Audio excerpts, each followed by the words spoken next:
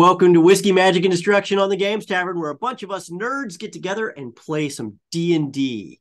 So hopefully you guys are joining us, not for the first time, but if this is your first time, please hit that subscribe button or just follow us. It helps the cast and the crew, and it supports everybody. And not only that, you won't miss a single moment and be alerted every time we go online.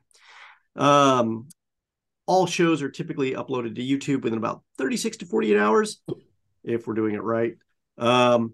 So check us out on YouTube, hit a subscribe there. That's also free, and it helps support the show. And if you happen to watch some of the things on there, and you should, leave a comment so that other people can find some stuff too. What do we got tonight? Mike. I'll do it again. Hell yeah. Tonight, if we pass 25 viewers, that's 25. All right. That's 15 more than we have right now. So take this moment. You have like 30 seconds. Email, text, everybody you know, get them all in here. Because when we hit 25, we're doing a giveaway for 1985 Games Mystery Dice Set. We don't know what they are, but I know that they're amazing. So make sure you get everybody in here and stay tuned. Mike, once we go live, what's that? Have you not seen those dice yet? Have we not handed you a set of the mystery dice before? No, I have not gotten a set of the mystery dice. I can't enter, but you can. If you're watching, you can enter. We happen to have. You just type in epic, ! Epic. When you see the chat, the raffle in chat go live, you just have to be a resident of the US or Canada, excluding Quebec, because we don't like Quebec. And you must be a follower to enter. We'll continue to take entries until the end of the stream, so be sure to stick around so Tech Goblin can get a hold of you to get you those dice. Again, 25 viewers. So don't shoot your shot early. Tell your friends. Tell your friends. What else we got? Anything else? Or we're kicking right in? We're kicking right in. Okay, so that was it. All right, good. Kick it. If I could get some tavern ambiance with a little rain in the background there, Tech Up. Oh, there we go. Yeah, beautiful. Okay, so where we last left off. The party had just done an exchange of stolen goods from the Dread Rats to their rival, the Fat Man, the crime lord of Neverland. Working out for the Fat Man, as it didn't reflect on him stealing the goods, but yet getting the goods so he can sell them later, he benefited greatly, and in exchange provided critical information to the party, but not everything, because he only had what he had. The information he provided was about 3 locks, 3 mechanisms that would unlock another portal that they would have to get on the other side of to work another part of the equation to get the doors to open. He doesn't know what's in the portal, but he has seen them work those 3 locks to open the portal. People go in, and then a few moments later come back out and the doors open. So he knows there's something else going on in there. His suggestion? Find the Water Clock Guild the Water Clock Guild Master for entry into the crypts and the critical information to do so. From there, the party started asking around, and with a slight light bulb going off, decided to hit the one place they probably thought they might get some information: the off-the-record tavern. The tavern where various different barristers and people who work in the city gather after a long day's work, or sometimes for business during the day. It's toward the end of the afternoon into the evening. Rain had begun to fall after a very scary moment of discovery of those locks, and then a strange, uneasy feeling, just like what they had in the sewers earlier. Watching other people suddenly straighten up and decide that maybe they didn't feel so good about being there, they also left the graveyard. Heading into the off-the-record, the rain began to pour down, and inside they stepped. From there, Luciano and a couple others asked a few questions. Can you remind the audience what those questions were about? We were curious about the mysterious goings-on in the graveyard. There was talk of vandalism. Yeah, the vandalism. Oh, there we go. There was looting. I was muted. The crypt, the grave robbing that was occurring, that did not seem to make sense, especially the volume of it. From there, Ray found one of the barristers, specifically trying to uncover information about the Waterclock Guild Crypt Masters, or Guild Masters to open the crypts. I'll get this right one of these moments. From there, what information did you get? The lawyers informed me that the name that I had been given or had overheard was in fact a sobriquet and not his actual name. His actual name is Chablon, and he is apparently Chablon, a shopkeeper with a business in town just to the south of Off the Record called Chablon and Daughter, which of course we are now going to have to plan to break into. You guys know how this works. Heist up. Heads down, heist up. The party has gotten the information. I think he even tried to get you to go to some other place to buy water clocks, thinking that that's really what you were after, not fully understanding the scope and scale of what you were looking at. With your latest clue.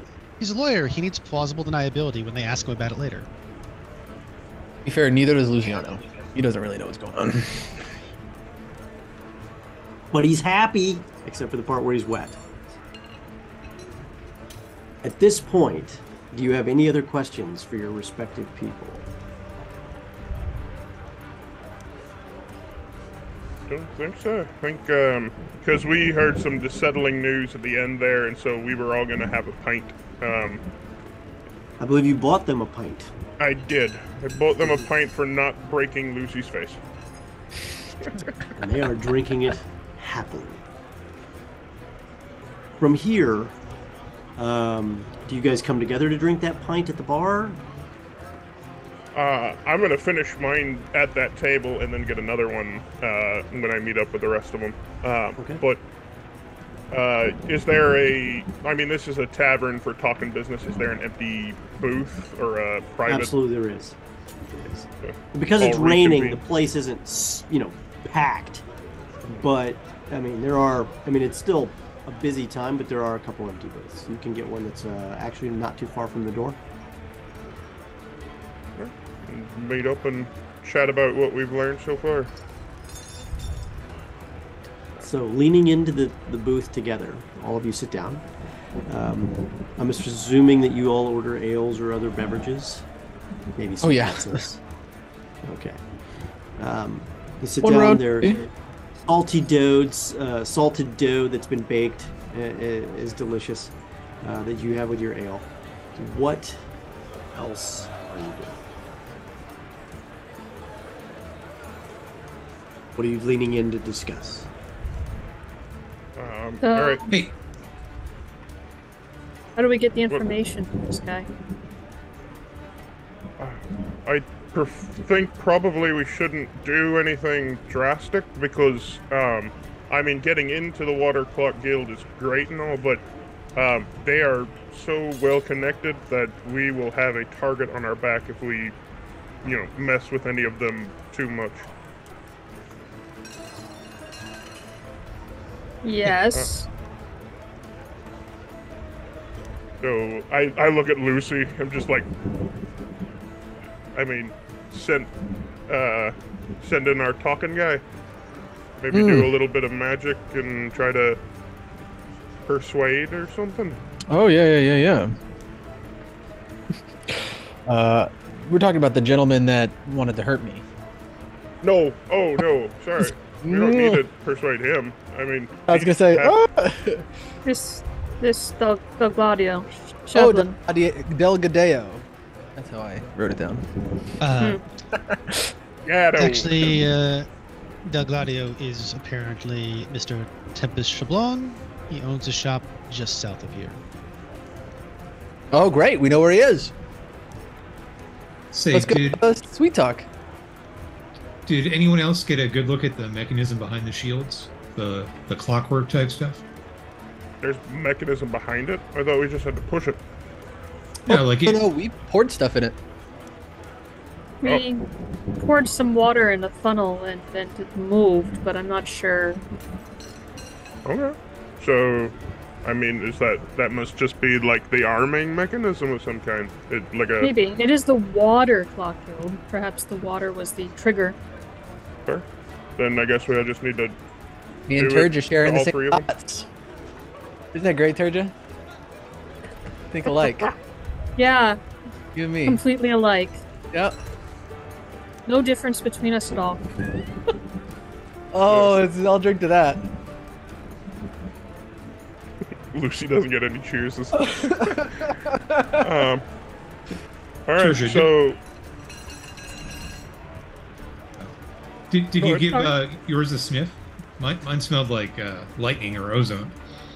Yeah, he smelled it. It was interesting.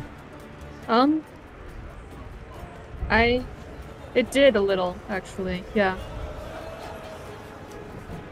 I don't know. Just seemed weird. Perhaps all it's a right, side effect of the portal. unless Figuring we have these to things get are some supposed to sort open a of gateway. unless we have to get some sort of jarred lightning, I think that's probably a safe bet. But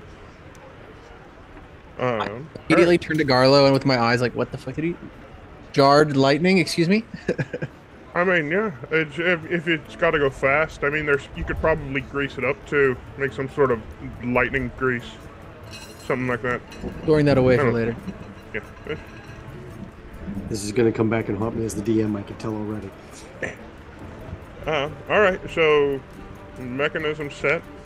Is this fella something we need? Like, do we need to set a appointment for this guy, or can we just put on our fancy gear and go talk to a man about a water clock?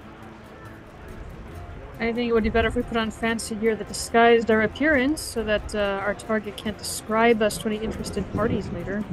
Fancy gear would disguise your appearance. You don't normally look fancy. I was thinking more along the lines of a spell. Ah. Yes.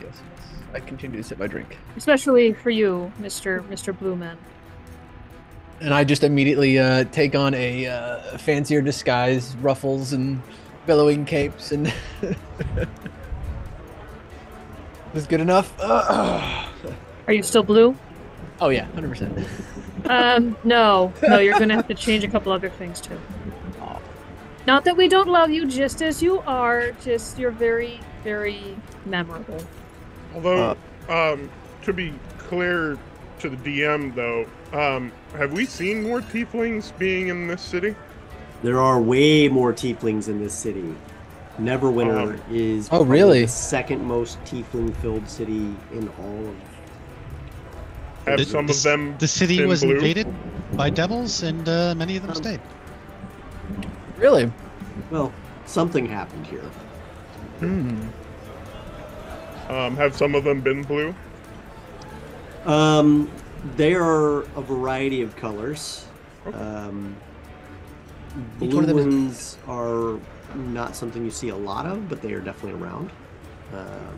You do see red ones, blue ones, orange ones, purple ones, even the occasional like bright yellow. Some are even spotted. It's pretty wild, but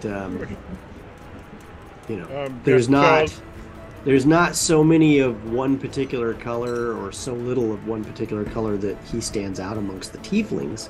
It's his clothing that sets him apart. Yeah. So, I mean, to be fair, I mean, if we were in Tribor, that might be more of an issue, but here, I think he's just another tiefling. Like, fancy clothes and dapper air notwithstanding there, Lucy. Thank you. Alright, is that something we want to do now, or do we need to go case the joints, or what are we about?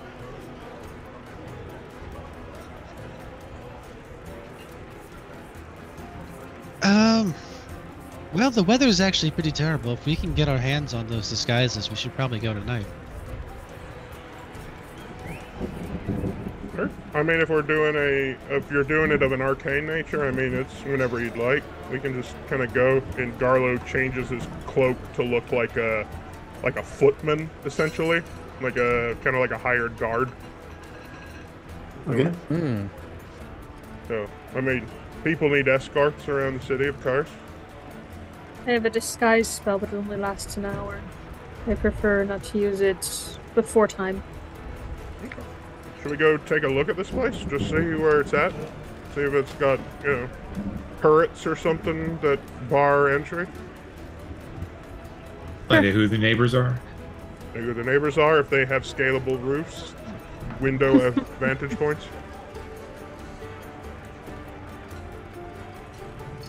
Let's do it. Sounds like fun. Let's do it. Heck yeah. So, heading out into the rain. The door ding ding makes the sound as you exit. Slams behind you, and you are standing in what appears to be a downpour. Now, you are standing just under the eaves of the off the record, which is keeping the rain off you directly for now. You pull your cloaks tight. It's not windy, it's just raining. You feel the occasional smell of ozone as lightning and thunder is cracked in the air behind you and around you, above you, for that matter. And the sky is a dark, dark gray as the sun is finally getting the last vestiges of its light in the distance. As the final purples and blues, dark, dark blues, begin to fade away in the darkness of night. Heading down south, you make your way around a corner to Chablon's and Daughter, which, for those watching on the map, it's right there for everybody to see. You should see it right there. And let's see here. From here, you should be able to ascertain a number of things. One, the area around here is quite nice. There are woods, a wooded area, and a little mini park covered area right to the front there. As you get around the street to the front, Chablon's and Daughters is unusual in only that it's a standalone building. There is a shop below in what appears to be 2, maybe 3 stories, like 2.5, if there's something in the attic, of stone and brick and some timber house. It says a sign on the wall that's hanging in the rainy wind. It says Chablon's and Daughter, but you can see that there used to be an S there that's kind of been scratched out and painted over. Okay. There is lighting on. However, it's now about 6:30 p.m., 7 p.m. almost.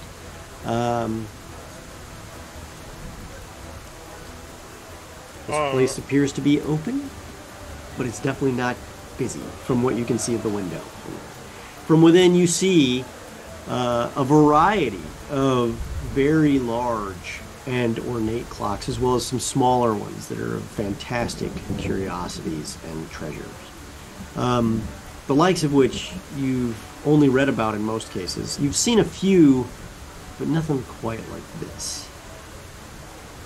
Intricate gears, water flowing through it, and the timepieces, when you check, are all in perfect synchronization. And you realize it's 6:45 p.m.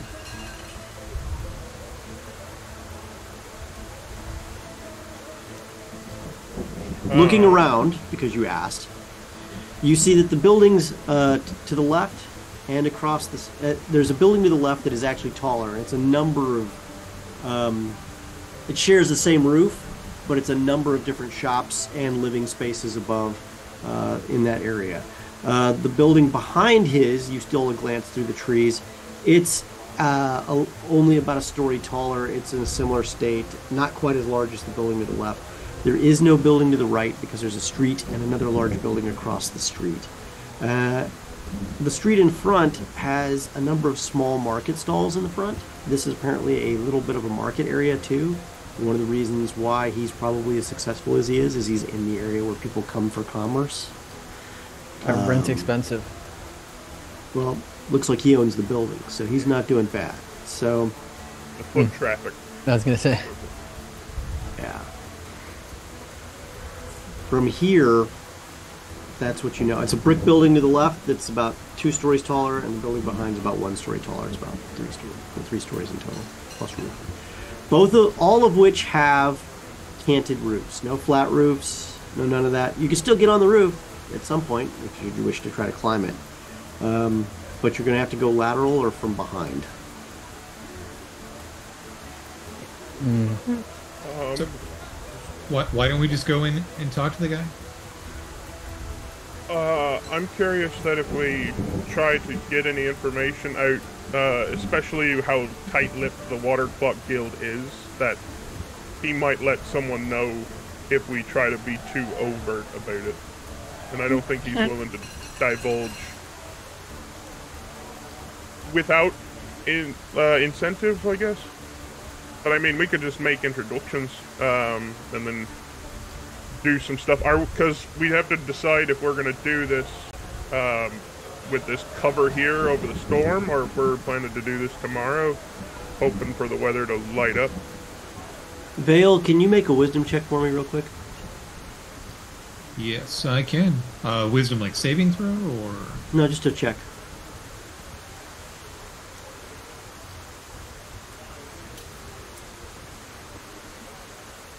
ooh, that is low. Okay. Uh-oh. You have nothing else to add. I mean, you've got some experience like scoping places out before you go in to try to get books, but in this case, you got nothing to add. Scoping places before you try to get books. What kind of librarian were you, Vale? Sorry, you didn't hear Hey. that. That's in his head, not yours. Some books are hard to get, all right? Heavily guarded. No. Yeah. Out of character was a joke. Book acquisitions. We try to divide conquer. Some of us could go inside, make some introductions, scope on the inside. Other folks could be prowling around outside. I am ready to go inside. It's a little wet.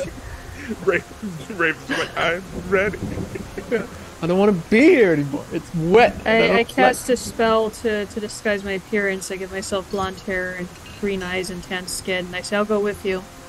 I make my skin purple with spots because I now know that there are spotted tieflings. And some What of them color are purple. spots? What goes good with purple? I Yellow. suggest green. Vikings. Green spots. Yeah, Blue. green spots. Honestly, yeah, we're going Barney style. Okay. So Who in doesn't you want to go. talk to Barney? You know what I mean? He's very approachable. Alright, Rafe so- or Vale, do you want to go with them? And we'll split even, Stevens? I'll go inside. The rain's really kind of deafening me, bouncing off my armor here. Perfect. Is that a request to turn the rain sound down a little bit? No, the heavy rain on full plate, man. Oh yeah. Hurts. You sound like empty soup cans just getting beaten with metal spoons. Okay, got it. I Got said, do you want to go in with them? I'm going in. What? All right, so Luciano, Turja, and Vale are going in. Garlo, Rafe, and Sim are scoping the outside. Yeah, I'll stand out front because I made myself look like a bannerman kind of thing, so I've dropped off my charges. But if both of you want to do just some sweeps around, we know that someone else is looking around for guild members, but might be good to just keep eyes out. Okay, sure. And I'm gonna take Cimarine by the arm, and we are gonna go stroll. You take Cimarine by the arm. Okay. Casual. Casual. Alright, Stroll casually. Got Very it. casual. Yeah. I thought you said roll for a cat. roll for casual.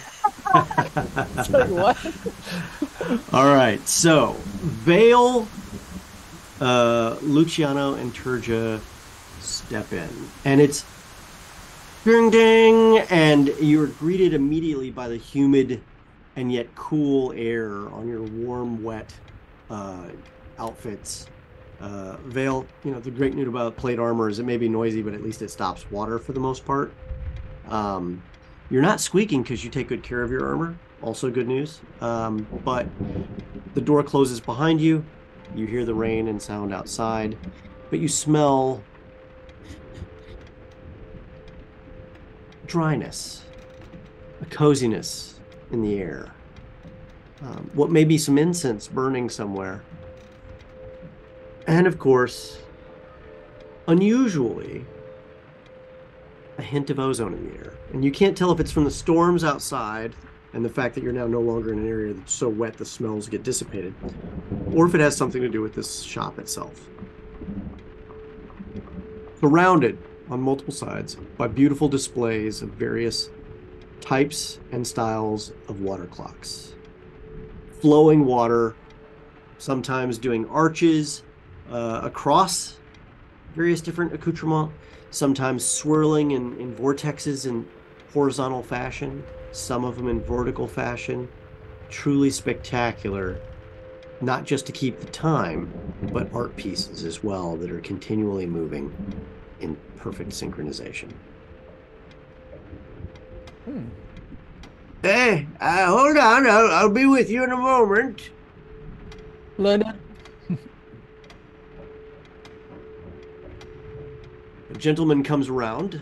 He is bald on top, hair around the sides, white, glasses down halfway on his eyes, a set of not just normal glasses, but also that have minute different lenses that he can flip in and out between.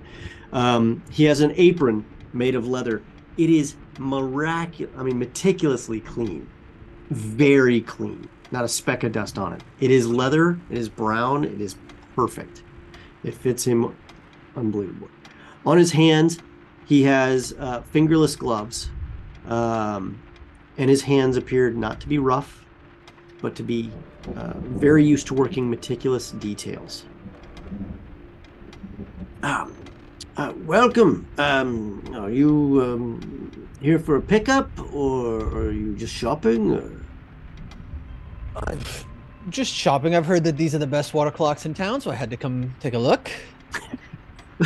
Well, indeed, we'd like to think so. Okay. Make a perception check. All of us? Everyone that's inside. Just checking. Percepting. Oh, 22. Okay, let's see. Vale's got an 11, 22, 19. Vale, you're still just kind of getting over the artwork of all these clocks. You're kind of listening in. Turja, you spot it first, but Luciano, without her saying a word, she kind of glances at you, glances at the picture, then leans back.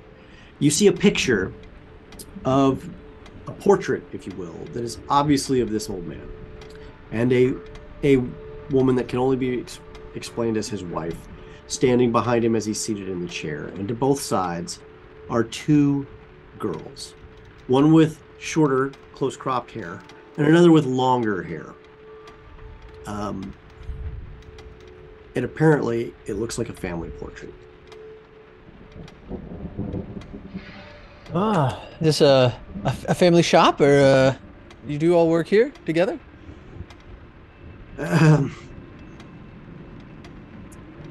Make an insight check.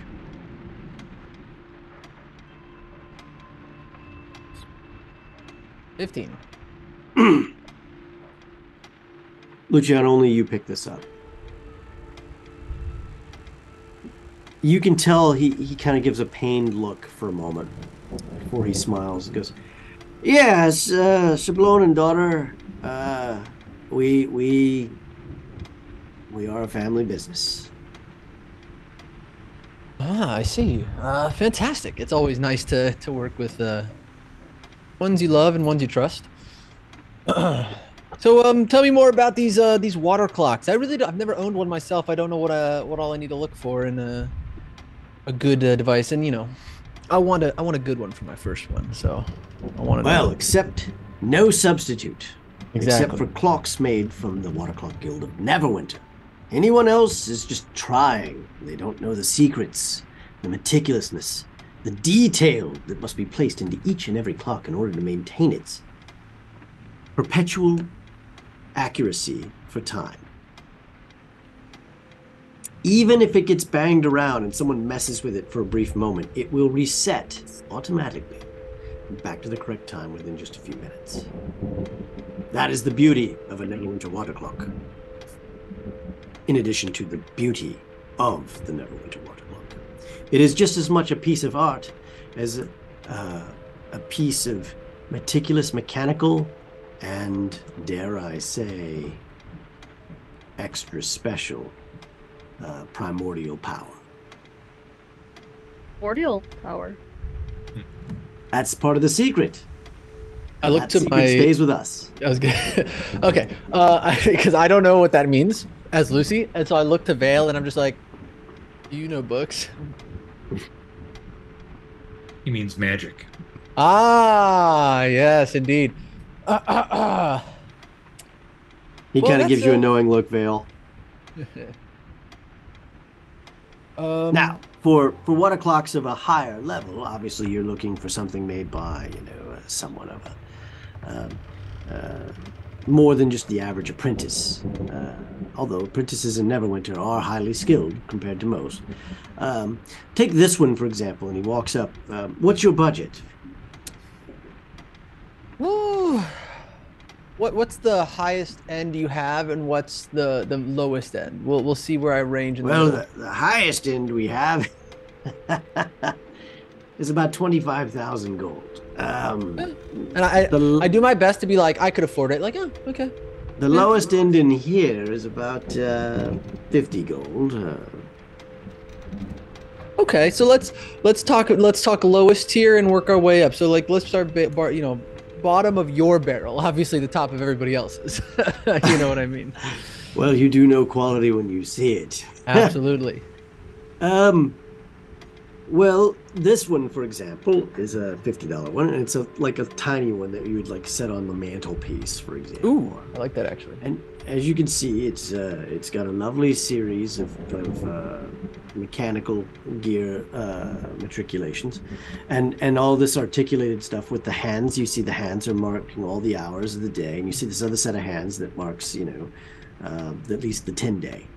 Some of our more expensive ones actually marks every day of the year, including shield meat, which is like leap year. Which Interesting. covers all that. Yes. But this one, 50 gold. It's still an heirloom piece at 50 gold. You can notice we've inlaid in rosewood into the gold. And just for giggles, we actually have some electrum. Some of the actual filigree in there is actually electrum. It kind of creates a change in color as it wavers across. Nothing too fancy, but it's a nice piece, if you will. So how long you see does how the water just flows around and around and around? Yeah. How long does one study before they're able to make something of even this caliber? Oh, this caliber. He picks it up, looks at the bottom of it for a minute. Make a perception check.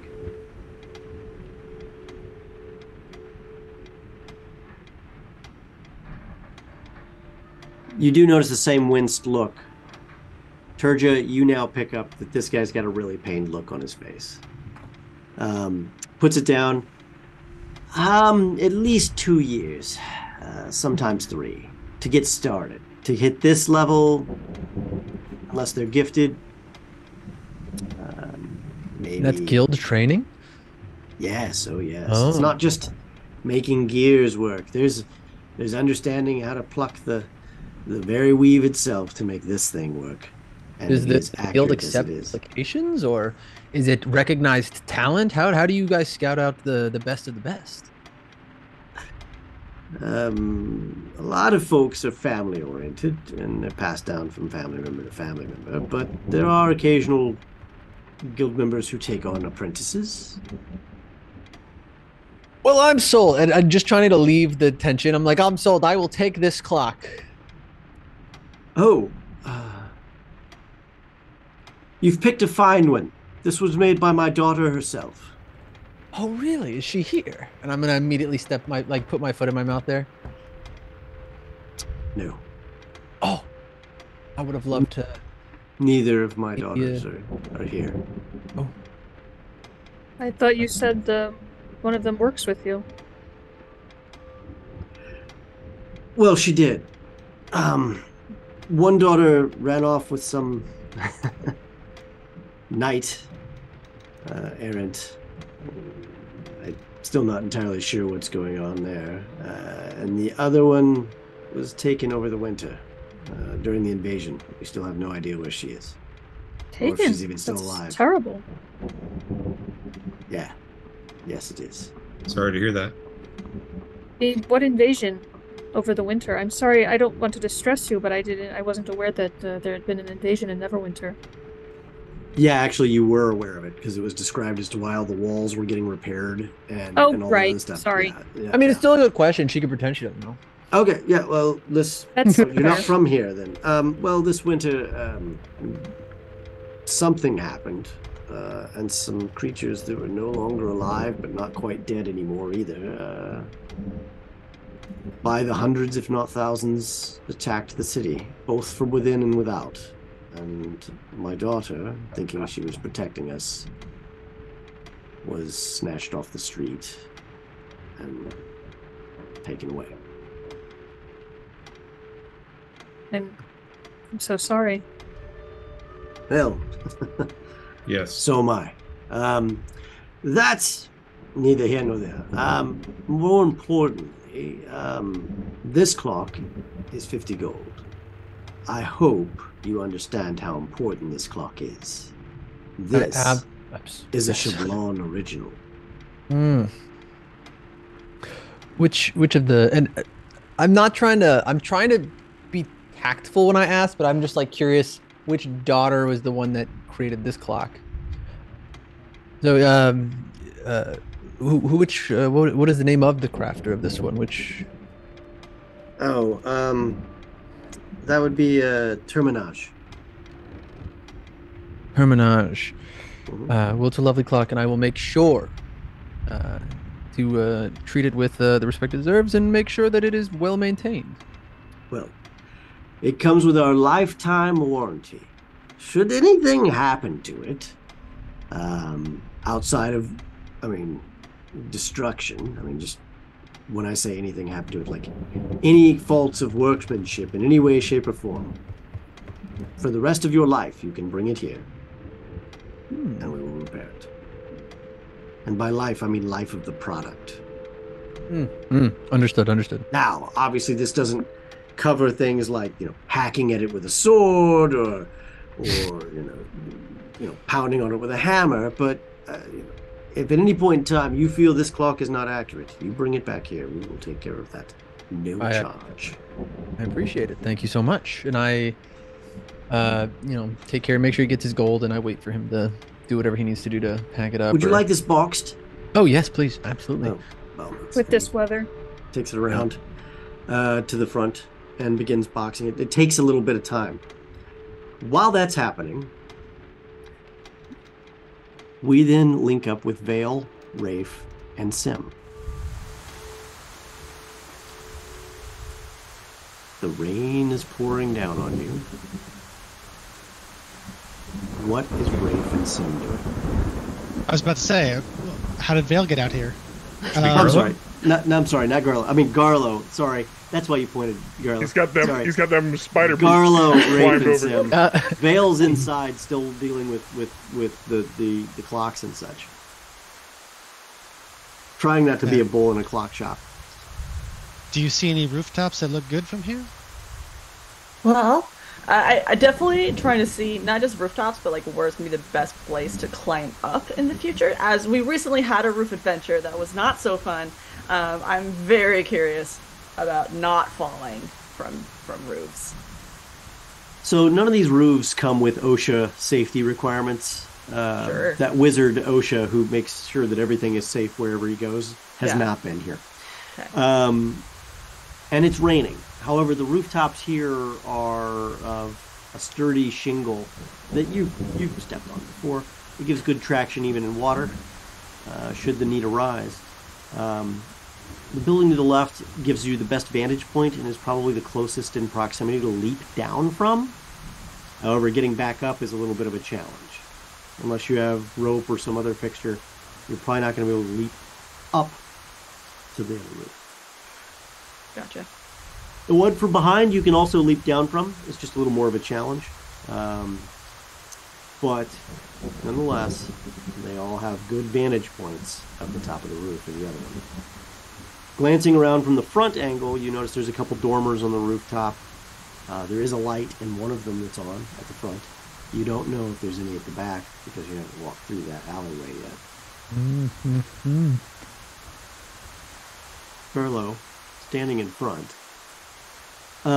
There are a couple people walking by here and there, not a lot, and they're not hanging out and looking you guys over as the various different folks are trying to get out of the rain. The only exception are the folks that are going by and lighting the few lamps that take candles still, because a lot of the places in Neverwinter take drift globes, magical drift globes, at least in the Protectors District. Garlo makes a point to maybe rob the district of their drift globes, but he actually, partway through waiting, like, and doesn't see anything for a bit, he takes his immovable rod and then lifts his cloak up higher and clicks it in place, so it's kind of more like a hanging shelter thing with the front open, and then he's smoking his pipe. You build a hood tent. Yeah. Okay. That's Pretty great much until you start to pretty much an move. If umbrella. you forget to move, it's going to get real troublesome real fast. Yeah, because I had to be dried in order to light the pipe, so I just light it and I'm just kind of smoking. Okay. All right. Roll a perception check.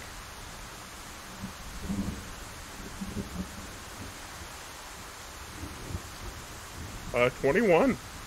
You do spot across the way, apparently two tiny figures hiding through some of the market stalls, but they've got eyes on you.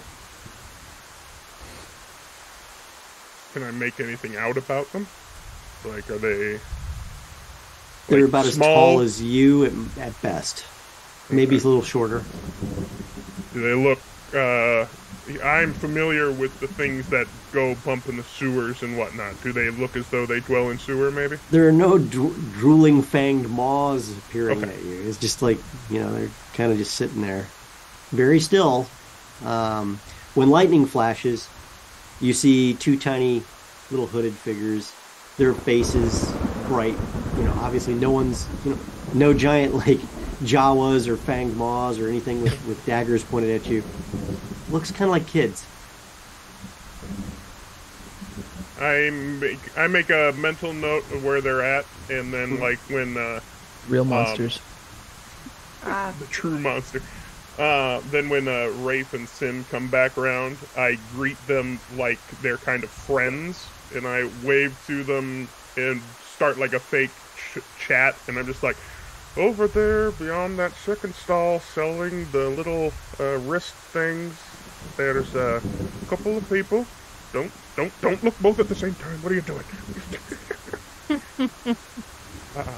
They are watching, so I don't know if maybe you all want to take a little detour around the outside to get the jump on them.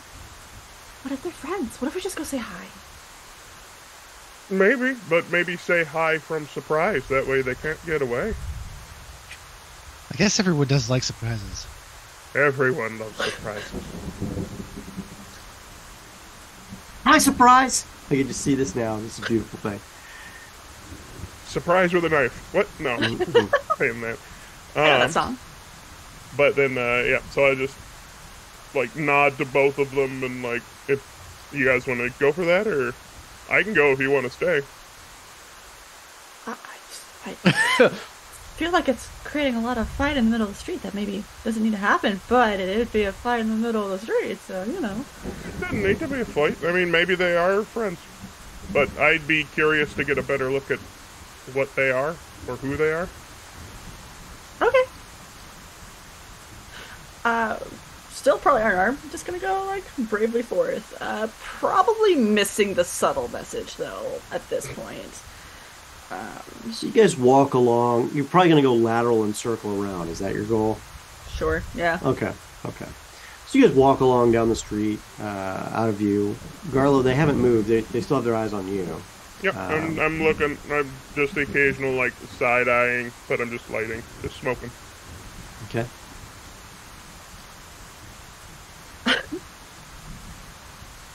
I just, this idea of surprise high. I don't think it really registers fully. So it might be even kind of walking by and then deciding to backtrack. And in the world's worst attempt at small talk, this weather is just terrible, isn't it? Yes, truly a downpour of rain is bad weather. And like, look over to the people who've been staring. You don't see them from where Okay. you're at now because you walked around. But as you start to circle around, you get on the other side of the market stalls from which they're thinking they're hiding behind. And you see, when the lightning flashes, you see what appears to be two little butts, not actually exposed, but I mean like hind ends of people about this, a little shorter than Garlo, sticking out from behind a market stall. And just kind of, you can tell that they're kind of whispering to each other, but they haven't heard you come up yet. Are you going to just saunter up, or are you going to sneak up, or what do you want to do from here? I want to saunter. Okay. And probably even just like a tap. Well, the rain actually masks a great deal of what you're doing. The sound is not carrying. You're not splashing enough to make any kind of noise. And you've stopped talking about the weather with Rafe, awkwardly. Just Rafe look at makes him and be almost like, no sound because his robes are robes. I mean, he's got bathrobe armor, so it's a beautiful thing. He's just moving quietly. You get right up, and you're gonna just reach out and poke him on the shoulder. Yeah. Okay. Hi.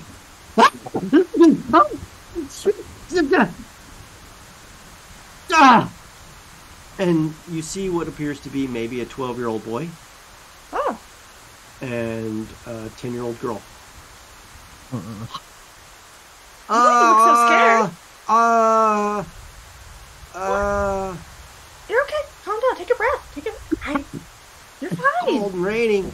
It sure is. This weather is terrible, isn't it? It's coming down. Hey, what are you doing? Standing? Sure. Sure. You're also staring, and staring's kind of rude. Well, yeah, because you just poked in from behind, scared the... Yeah. Okay. Well, What am I staring at? You writing a book? What? You writing a book, lady? I could write a book. What should I write a book about? I'm so sorry, y'all. I love What it. about the lady who asked too many questions? I've met her, and she's actually a lot of fun. You learn a lot from her. But no, you're staring at my associate over there. Oh, we've been made. Mistakes happen. That's why I'm asking. What are you doing? We're just keeping eyes on you. We were told if we did it, we'd get, some payment and some food. By whom? It's just a really nice, dapper guy. His name's Rankin. Well, do us a favor. Find somewhere out of the rain and tell Rankin that you lost us later on in the rain, but we had definitely gotten ourselves to... And I'm going to take a moment and recall Whitewood's water clocks. It is Whitewood's water clocks. Yeah. Whitewood's water clocks. So that's where you're going next? You're going to Whitewood's water clocks? Yep. And he's going to pull out a silver piece. Actually, I'm going to pull out two silver pieces and hand one to the girl first, and then one to the boy, and say, and get something warm to eat. Thank you, sir. Thank you so much. So we just got to tell him you went to Whitewoods and we're good? Exactly so. Thank you. And you too, man. And your friend who looks like he's really wet but has a hood tent. Yeah, he's really smart too. Get out of here. Bye. Phew. and they bolt. Like, within seconds, they're in shadows that you didn't even know were there. They fit in places that kids can fit that adults cannot. Well, that was easy. Carlos disappointed he didn't hear any fighting noises. Kids are rather simple, especially kids who are cold and wet and don't want to be anywhere in the rain. The most simple. It was nice of you to help them out. I feel like maybe we shouldn't trust Rankin as much as we do. Well, it's not that I don't trust Rankin. Oh. I trust Rankin to the extent that Rankin is definitely informing on us to a certain fat man who's probably trying to figure out exactly how we're going to do this heist. And at that point, we go back into the store where they've just finished off packing the box. And okay, so just remember when you open the box, open from this side, because that's how all the padding and cushioning is in there to make sure it's safe. You're not going far with this? Oh, no. Not in this weather. Oh, no. Good. Well, it'll be fine. It's watertight, but you can pour all the water on this you want. It's not going to do anything to it. We make them good for water, that's for sure. If only they did the same for me, you know? Yes. I don't believe I caught your name. Yes, my name is actually Kale Dameron. Yeah. Kale Dameron? Dameron. Kale Dameron. Yes. Well, Kale Dameron. Thank you so much. And he writes that down. And then he writes down one tier 5 water clock. And then he says, again, thank you so much for your business. We can also have this delivered if you want. But you're taking it now, right? Oh, I would be glad to take it. Yes, absolutely. All right. So he hands you this box that's about 2.5 feet by 18 inches. By like a shoebox. 8 inches deep. Okay. Yeah. It's bigger than a shoebox, but not by much. It's a boot box. It's a big boot box. Yeah. Would you like me to take that for you, sir? Thank you, Vale. I appreciate that. Or thank you. I don't say Vale. I just say thank you. Oh, a knight. Rare that we see knights in here these days. So, thank you so much for your business. I'm actually about to close here in about 4 minutes, so don't let us hold you. Did you need to look at anything? I turned to the group. I was just wondering. Sorry. No, you go first. Do you have any clocks that tell you how long until the sun rises or sets? As a matter of fact, we do. We've got a few of them here for about 250 gold. They also, not only do they tell you sunrise, sunset, wherever you are in the world. So if you go someplace else, it adjusts accordingly. It, of course, tells the time. It tells the 10-day, and then depending on what you want, it can go up or down from there. As well as the phases of the moon. We have options for Mistra's tiers and everything else. I'll be in touch. Thank you. Absolutely. I wish you the best. Some people want them in gnomish TikToks as well, whereas we don't necessarily do those normally.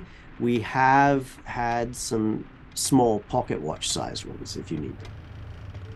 Indeed, that's more what I was thinking. Reading my mind.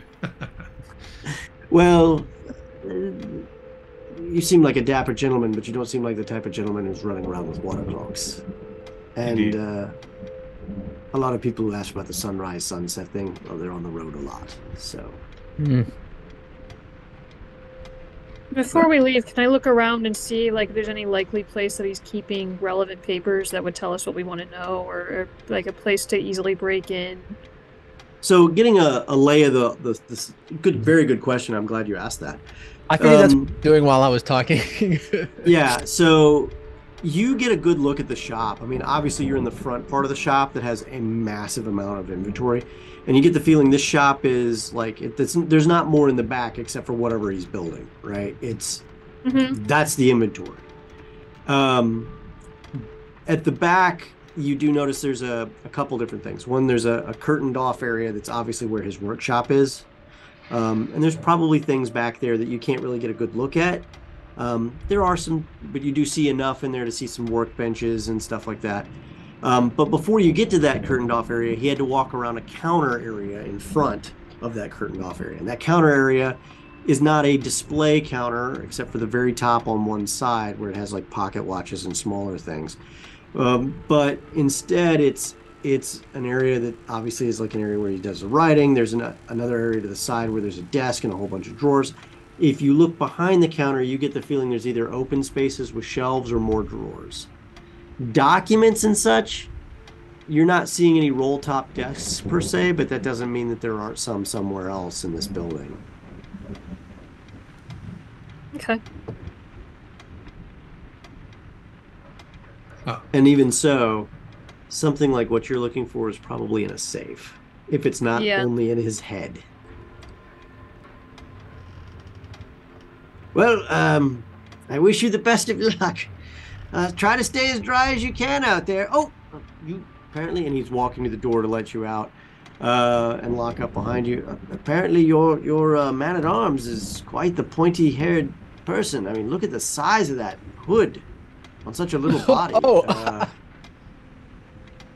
thought he meant Vale. I'm going to try and create a little distraction for Tertia here. And while I'm like lashing up the box to carry it, I'm going to animate one of my little origami cats and whisper to run into the back room. And then, oh my God, Gabby, my cat. Wait, do you have a cat in here? You had a cat? I'm very confused too. Why is there a cat in here? It's my cat. How'd the cat get in here? You brought a cat in here? You don't travel with a cat? I don't let cats in the... please, you must go get the cat. It cannot be running around freely back there. It could have been a bad delicate gears everywhere. I motion that with my hands that I'm holding the box. Can you help me? I look to Tertia.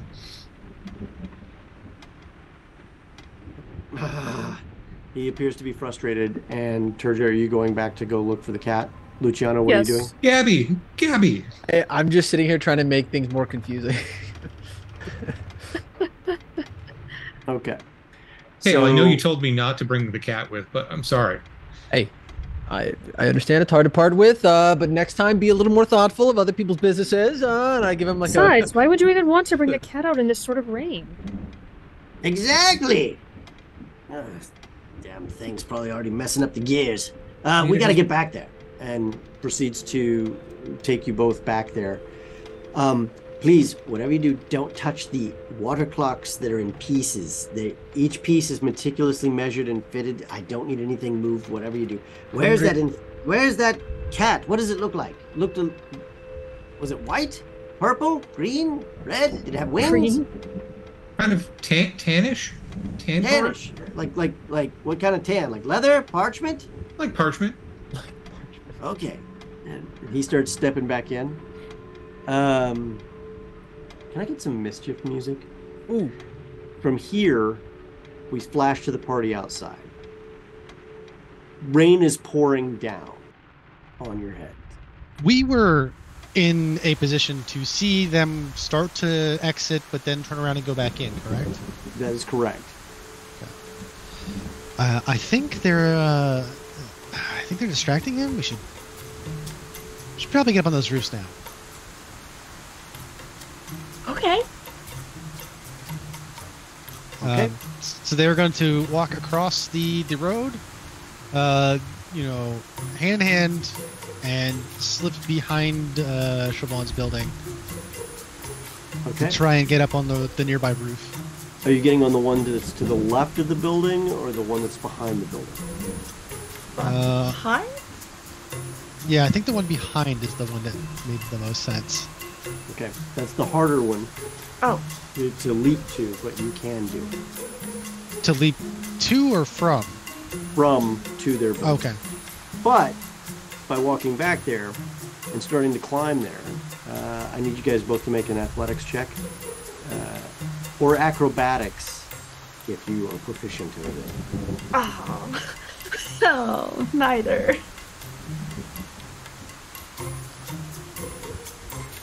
There we go. Well.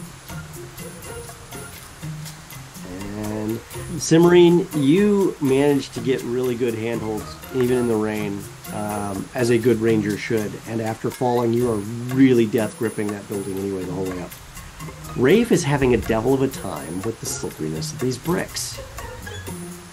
Like, he's... can't... And, like, you're, like, halfway up, and you look down, and there's Rafe on the ground still. Still trying to figure it out.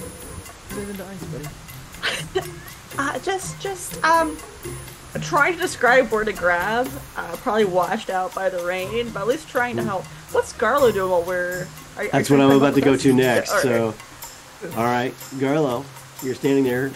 You're trying to look around, but every time you look left or right, you feel the immovable rod, like, yanking on your hood. Oh, no, I took off the cloak, so it's just, like, kind of hovering above me. Then I just kind of peek out through it, like a little tent. Okay. I look over, I don't see Sim and Rafe nope, with they've taken off down an alley anymore. Alright. Well, we haven't gotten any intel back yet from the inside group, so they're probably just doing another surveillance spin around. That makes a lot of sense to Garlo. Very well. Then I'll look back and see is the door still open? It has not been locked. Oh, I meant, like, is it, like, open wide? No, it never even really got to the point where he could open it because the cat did it. Gotcha. Okay. Then I see that part, and I'm like, oh, okay. It must be... I pull back the rod, put back into, like, put out the pipe, and I get ready to, like, I go up to the door and knock, and say, Sir, are we ready to depart? You see Vale standing there with a water clock looking at you and saying, doing... You've got to help me find my cat. It ran into the back room. Garlo just, like, loud. Like, what a line to walk into. Luciano and Turja, as we go back into the building with you guys, you walk through that curtained area with him, and you see a very meticulously organized workshop. There is a couple roll-top desks back there, one of which is open, and you see it's various sets of organized drawers with different numbers and such on them. And you can tell by the numbers that it probably represents either the size of the gear or the number of teeth on the little gear. For what they do. And these are tiny gears, and there's drawers full of them. He's either made or had made for himself and then checked. There are measuring tools on that same roll-top desk that is open that checks and calibrates everything down the line. On top of a major workbench in the middle, you see there is a what appears to be parts of a water clock and various portions of assembly, depending on what part of the clock you're looking at. And then there's a whole bunch of those other tiny gears in different sizes, meticulously placed with various different little wood blocks above them that kind of denote different portions of the project. There is a minor smelting area for precious metals, where he would obviously do some of his artistic work to the water clock itself, and a minor carpentry area with all sorts of standard woods that you would expect, as well as quite a few rare woods, like zebra wood and purple heartwood and other things of that nature. There, underneath one of the benches, you see, back and forth, a little parchment-colored tail. I think that's it! So, in trying to mimic Vale, because I've now seen Vale use fun magical phrases, I'm going to, while he's looking for the cat, go, Liberty Gibbet, very quietly under my breath, to cast Unruly Item, because I just think you have to use nonsense words at this point. And I cast it on one of the water clocks on a desk away from where the cat is, to try to drip his attention that way, to move whatever item is on the desk. So what does that do exactly? Unruly Item makes an item, let me make sure I'm reading the specifics. You animate an object in the possession of a creature within range. I guess it has to be in his possession. I would just do something on his person then. But it has limited movement, and basically it tries to get away from that person. It does its best to kind of not be a normal item. Like his vest? Yeah. Okay, so he goes to reach for the parchment-colored tail, and what the heck? What's going on? And I look very confused. What? Are you okay? Are you okay? I'll get the cat. I'll get the cat. Hang tight. Hang tight. And I like while he's not looking, I'm like I scoop up an imaginary cat. No, there's no imaginary cat. There's a parchment cat. No, I know, but it's not. It's a piece of paper, right? Oh, okay. Yeah. Real cat. Does that cat have any depth to it, or does it look like a two-dimensional piece of paper? No, 100%. It's like a real cat, except if you touch it and look at it, it's got like paper texture. If you look at it. Yeah, so I'm going to pick it up, and I'm just going to quickly put my cloak over it, be like, okay, I got the cat. Yes. It's what in the world is going on here? Something is tickling me, I swear. Yes, okay. It's very awkward. Anyway, please. We're just gonna see ourselves out. Let you lock up. Thank you so much, and I'm so sorry again for the disturbance. Yes, and you can see from the apologies. back there. Additionally, on the way up, there is a stairway that goes upstairs to what is probably the living quarters above, a spiral staircase, and there's a minor fireplace down there as well to help keep the area warm. Probably also used to help stoke up the smelter. From there, you guys step outside. You're in the clock area. You go outside where Vale's in there, and you guys get ushered out. And then a few moments later, you see him coming out, looking at his vest from the outside. You see him from the glass, looking at his vest, very confused for a moment, and then he steps up to the door. Gives a wave, locks it, and begins pulling the curtains closed. I turned to Turgeon. Did you get a good look back there? Why the chaos was going on? I did, but even if I went in there tonight and searched through all his documents, I sincerely doubt the information we're looking for will be inside. Fair. I mean, but you established contact, right? I bought Yes. a clock. And we found out a couple of interesting things about our friend. He has two daughters. One of them is, she ran off, and the other one was taken during the invasion last winter. I mean, that's terrible, but okay. Well, I was, I don't know. That's too awful an idea to contemplate. Let's think of something else. It was a good kitty. It was a good kitty. I've now handed this. I'm like, what is this? I didn't know you could do the that. water hits the parchment cat. I was gonna say, does and this the cat cat just starts melt? to just fall apart. Vale, I'm so sorry. Vale, I didn't know. I whack Val on the plate armor and I say, "You see, I told you not to take it out in the rain." Okay, it's okay. It's not the first time I've lost a pet. That's why I use these. So, thanks. Lucy and Darla will hug their pets closer tonight. I'll kind of squeeze the watery pulp out in it and put it in my pocket for later. Try. Okay. All right. What are your plans now? Water clock in hand in a box. I want to go Rafe my clock. What's that? I want to go show Rafe my clock. Okay. I want to find where Rafe is. So, who are you going to ask? I was going to ask Garla, but... Okay, go for it. Gar, hey, I got this clock. It's pretty sweet, don't you think? Look at it. It tells the time and everything. I mean, that's literally what clocks do. Where's Rafe? He'll appreciate this. Him and Sim are doing some laps around doing surveillance. And with that, we transfer back over to Sim and Rafe, who've been attempting to climb a wall. And Rafe and Sim, this please time, make one more athletics check. Just one more for me before we get started with anything you're going to say. Come on, Rafe.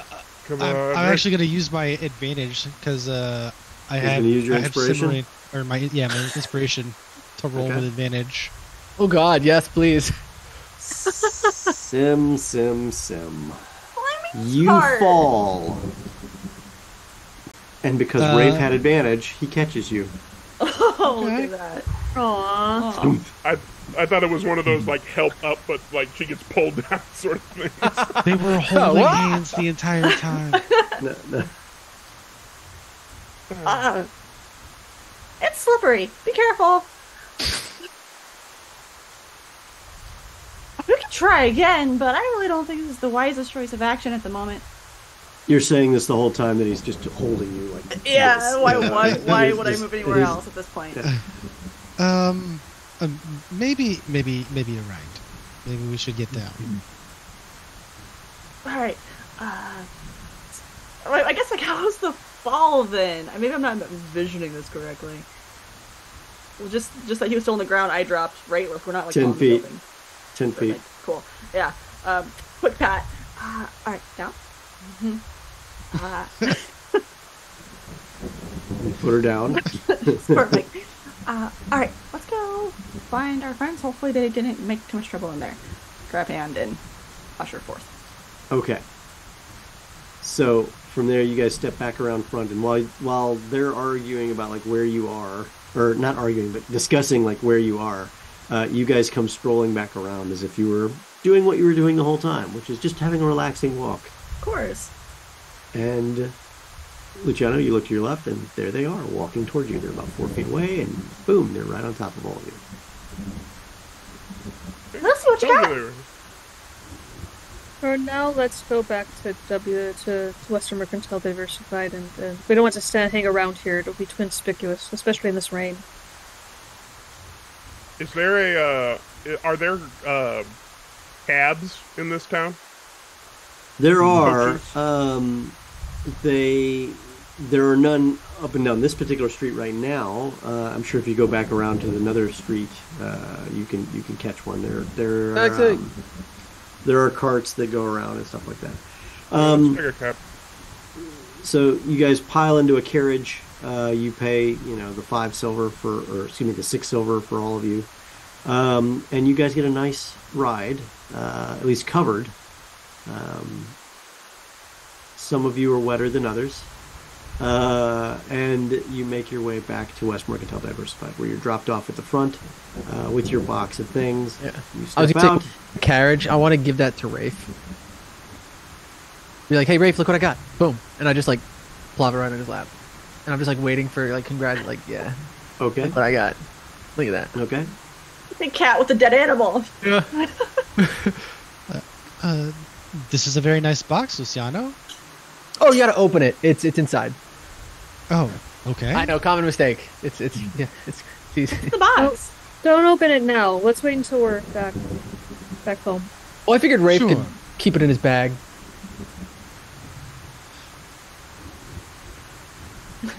I know know. how bags work, so I'm just like, Rafe, put it in your bag. In game, I know enough to know that water clocks are magical, correct? You get a sense that magic's involved. Yeah, I'm not putting this in the bag. Oh no! All right, being stingy about what goes in the bag now seems a bit I weird. mean, yeah, come on. What is this Bag guy's holder over problem? here. I take my box back very forcefully. Fine. Close it. All right, let's You get make it to the inside. front And, doors of WMD, and you step out into the rain. You go through the gates. You're in the front doors, where there is a lovely fire.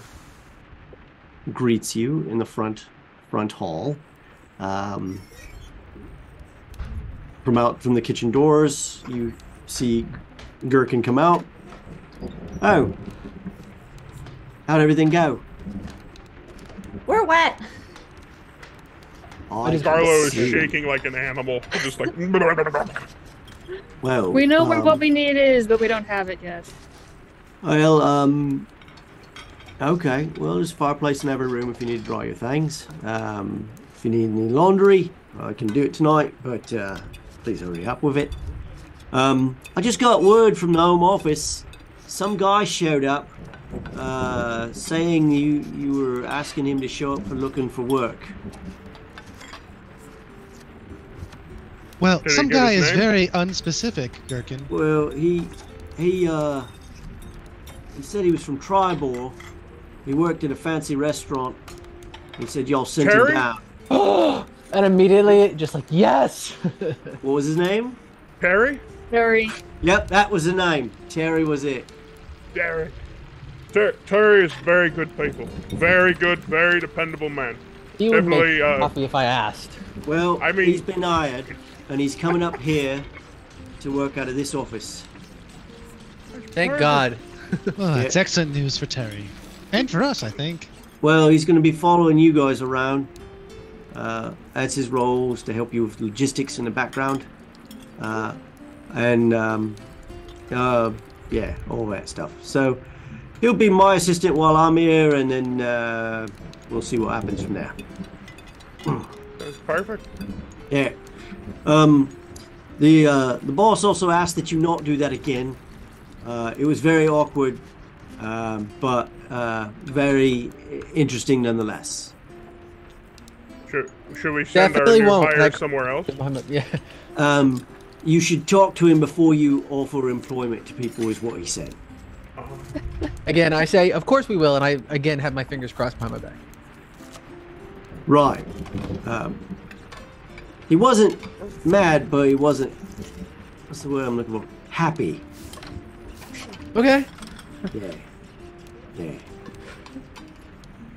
Perfect. Well, I'm getting changed. Garlo goes up to his room and plays with Stampy for a minute. Okay. Everybody going up Dry to their clothes rooms? sounds like a... Yeah, so dry clothes sounds like a good plan. I asked Gherkin, I was like, hey, has Reggie come back? Have you seen Reggie around the property? Who? Reggie. Your furry little. I assumed it was raining. He'd probably want to come back. I haven't seen him. No, okay. I'm sure he's fine. He'll come when he's hungry or something, I'm sure. Scared the hell out of the neighbor the other day. No. Who's Reggie? You you'll haven't meet met Reggie. Oh, you're so lucky. You're gonna meet Reggie for the first time. You'll be So fast, No, you're friend. not. I butter under my Okay. breath. While this is going on, I think I am going to attempt to use shape water to actually pull all of the water off of me Mm-hmm. and turn it into a ball and then throw it out the door. When you go to open the door, you open the door, the ball goes out, and a white dove floats in. You're letting the vermin in! Immediately alights on the mantle, looks over at Vale, and says in the sweetest voice ever, Mm-mm. I Fucking bird might bag. add, Happy 50th birthday, my son. I hope the day finds you well. Love you, Mother. I look to Rafe. Now, Vale's a half-elf. He looks 20. I was gonna say, I don't know. I was like, ooh. I'm not crying. It's been raining out. Is this your bird?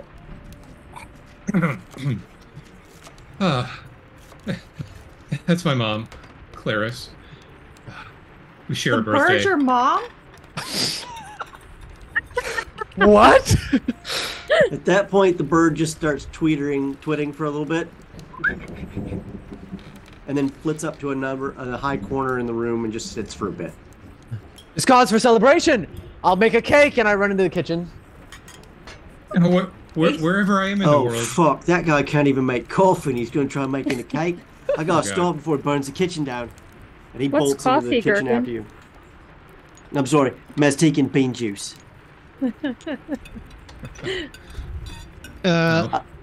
While this drama is going on, I am going to attempt the same trick on Cimarine to see if I can do it with somebody else. It does work. What's Cimarine, happening? it is unusually tingly. You kind of like it a little bit. But Oh, wow. it's still awkward. It's still awkward enough that you're not willing to admit you like it. Pulls the moisture out of your body. like a mummy. You have that fresh step down the shower feel.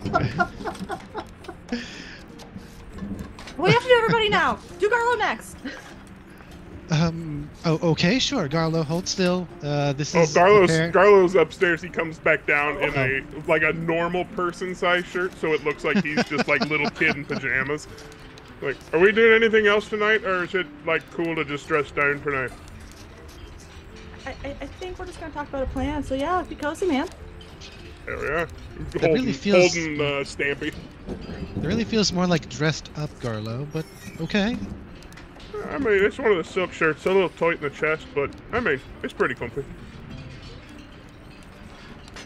I rummage through my bag and pull out a little tin that's wrapped up with a bow, and I unwrap it, and it's fancy Maztecan candies, and I hand one to everyone. What is happening? This is the best day ever. Hold on. Quiet, cake boy. I was gonna say I'm not there. I don't have a candy. I said everyone. Lucy, You're not everyone, that far away. you get one.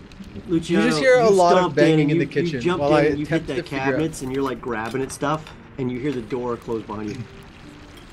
What do you think you're doing? It's a birthday. You heard. We have to celebrate. I have to make something. Somebody should make something around here. And I glare at Gherkin. Right. You know how to make a cake? I haven't done it before, but I haven't done a lot of things before, and I. May I make a suggestion? For now. Don't make a cake. I'll show you how to make cocoa, Maztecan cocoa. Oh. Easier than coffee, not hard for you to mess up. Just 1 pot water, 1 pot milk, warm. You pour the milk into the water. You add the cocoa, you stir it till it's melted and swirling around, and then you serve it. Simple. So Six simple. steps. Even I a can do kid that. can do it. That's right. Look, 6 steps. It's 4 steps, really. But you, in your case, let's take 6. Yeah. That's no problem. Let's. At that point, you know, he sets you up with a whole bunch of steins, helps you set it up. He goes, it's a taste treat, it's nice. You bring them out there, you give them around. If you want to have some fun, you spike it with a little bit of peppermint brandy and you call it a day. You got any peppermint brandy? No. But I'll find something. But you're in luck, because I do. And Oh, he pulls shoot. out a flask I was just and going to it's- rummage until I found alcohol. No. You don't just pour anything in there. You got to pour something in it. Look, Luciano, have some taste. Taste. You know, look, you don't just take other people's music and then just use it. You got to make your own music, right? That's what you do. You make your own music, right? Well, part of Well, that thank is you for your creating help, own Gherkin. flavor palette, right? And so you got to find the palette that's going to work with everything else. Now, the peppermint works with cocoa. Rum, not so much. Get Okay. the idea? I'm learning. And Here, I'll it pours a sprinkle of peppermint brandy in each one of those for you. There you go. perfect. I'll hand him one. I'm like, you've redeemed yourself, Gherkin. Thank you. No. That wouldn't be enough for everyone if you did give one to me. Better man. You know what? You're in a positive now. And I scoop them up as much as best I can, like just. Okay. Dunk, dunk, out the door you go. And I just plop them down. I got drinks. The little We coffee celebrate. table in the middle Yeah. of the couch and the 2 chairs, the fireplace. Thank you. Need And to with that, make a birthday song. while they drink their peppermint brandy infused hot cocoa and have Maztecan candies, the party will take a short break. When we return, we're going to find out what action happens next.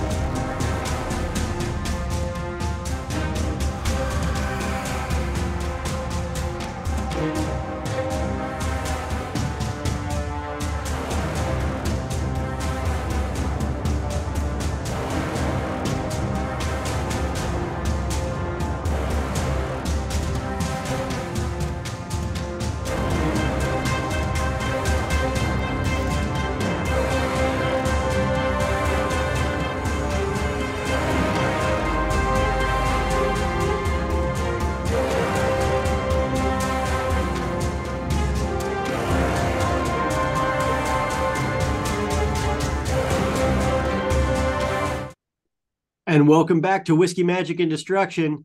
So glad all of you are here. As we have, as the party has just started to enjoy the remnants of the birthday party, we're going to go right into some announcements real quick, and then we'll come right back to all of the action.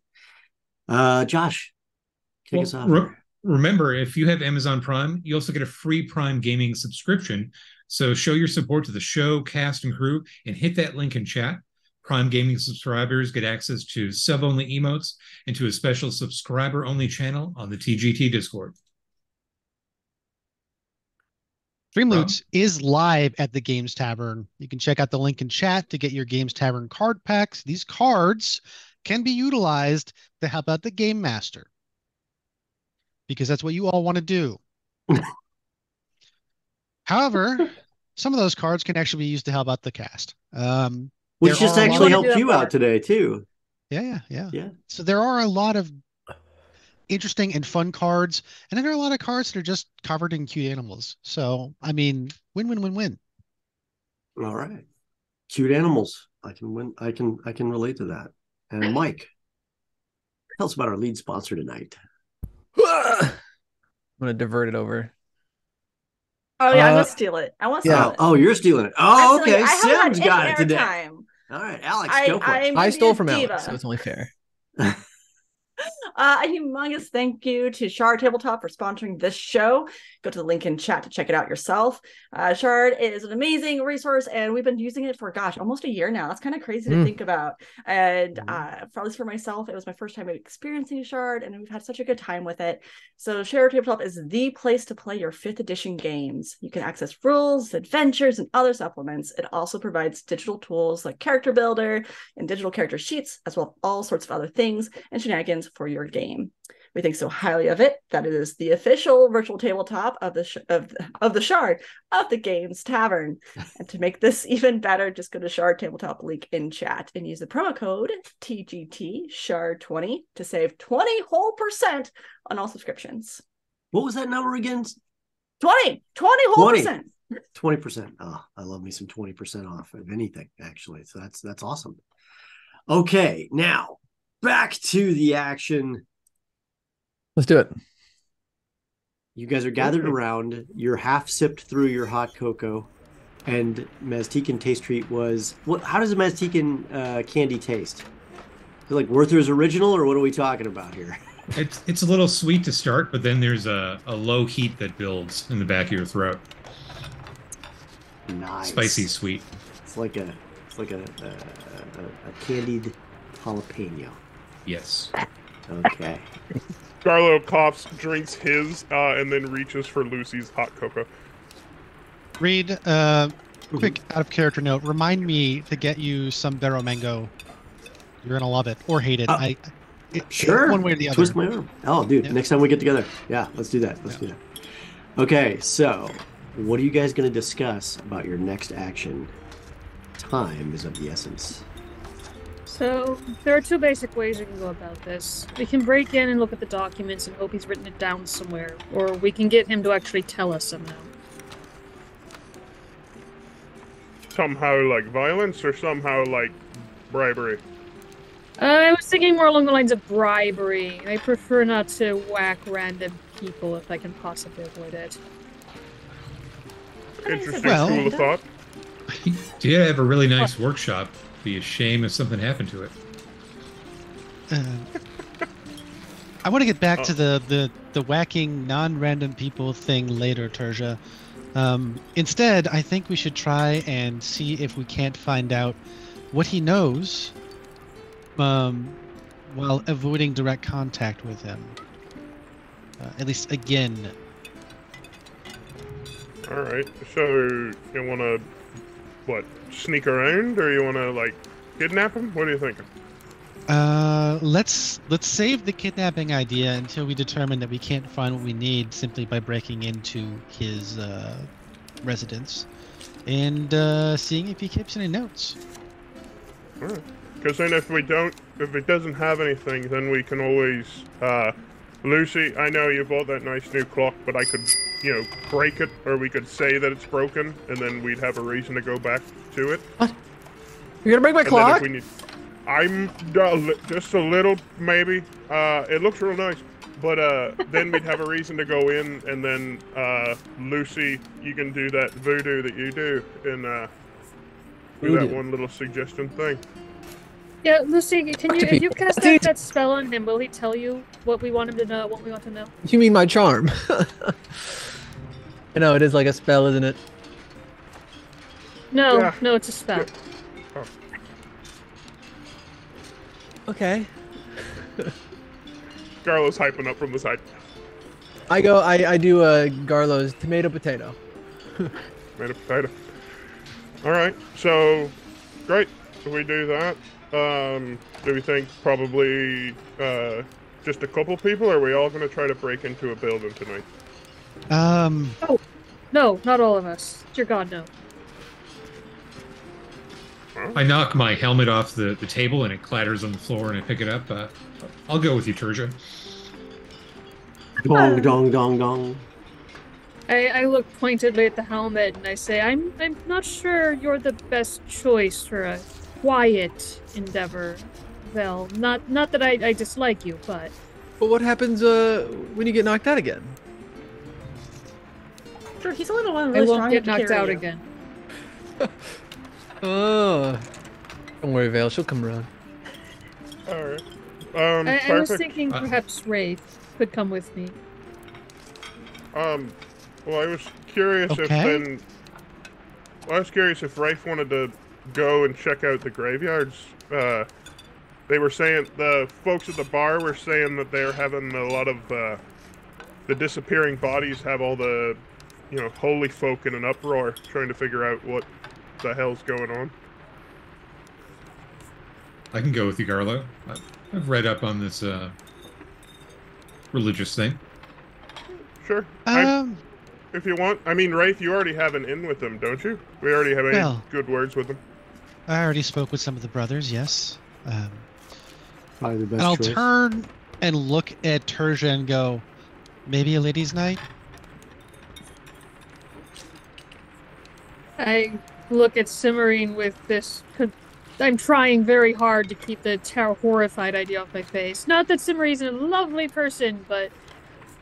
taking a kid into a candy shop, it would probably be a better idea than taking Cimmerian into a room with lots of small gadgets to play with. I'll be so good. I will keep my hands in my pockets, and I know how to be sneaky and how not to be seen. And Tertia, come on. Come on, Tertia. Tertia, come on. Come on. I mean, please.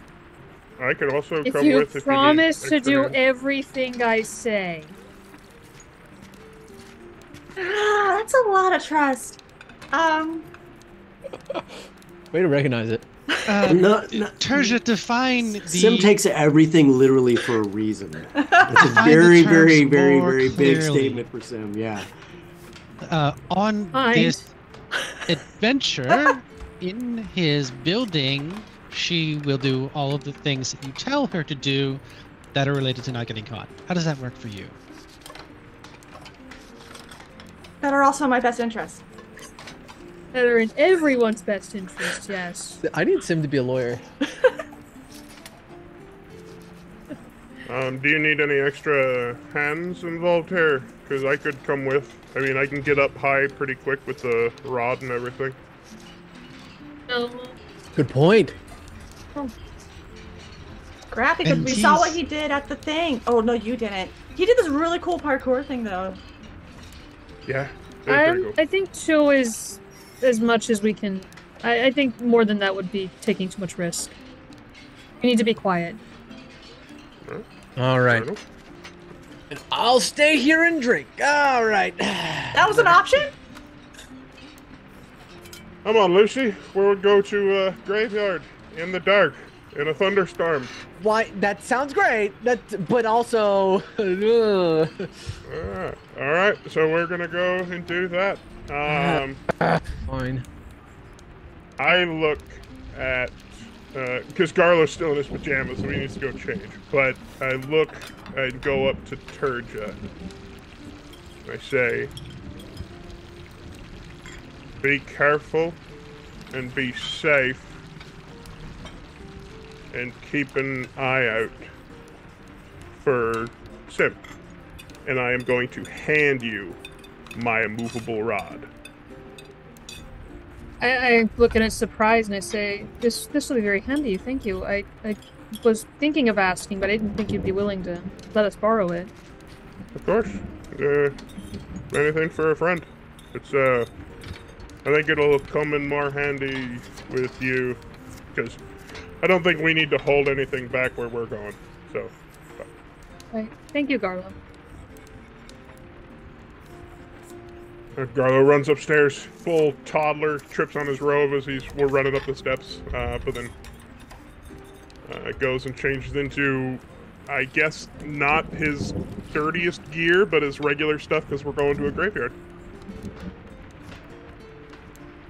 Okay. You know, I didn't really think this through. I'm not sure the middle of the night is the best time to approach the brothers. Why not? We could be, penance. Late at night, maybe we sinned real bad, and now we need to get it out of our way real quick. I sinned so bad. You have that spell to talk in our heads, right? Rafe does have a message, yes. Would you be willing to be a lookout? If anyone outside looks like they're approaching the shop. Sure. Rafe is going to speak to the priests. Rafe just said he didn't want to do that in the middle of the night. Oh, okay. Yeah, I'm thinking this through. It doesn't make a lot of sense to go visit the Brotherhood of Kalimvor in the middle of the night because they are a service order, so they probably like sleep at night. Okay. They need to service 24 hours, 24/10. Yeah, it doesn't. There's no hours of operations. Hold on. Kalimvor, though, right? At night, they're guarding the graveyard. But that's where we know that this is the problem. Right, but you would still go talk to them in the morning, as normal people. He's still do. tape. We heard that there's a problem afoot, and we've got a holy man and a man in a tin can. I'm just drinking my cocoa. Popper's What's graves the worst that were, happens? They put us away, and we come back in the morning. Well, sure. The worst thing that happens is we waste the trip out there and have to come back again in the morning. In the pouring rain, in the middle of the night, when all of the guards that see us on the street are going to question us as to why we're out.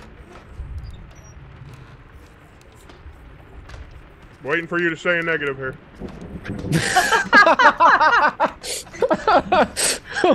This all sounds like things. I mean, we're just some folks. I mean, I'm saying maybe We're just some folks. Maybe the sequence of events is first do the heist, then do the reconnaissance that we need to do later. Yeah, but if the heist goes sideways, then it's going to be tougher to do the other thing. Do them simultaneously. There's a book-learned man saying that stuff with my side. That works for me. I'm not sure that follows. Yep, makes total sense. Yep. I'm getting closed. I'm getting changed. Hurry up.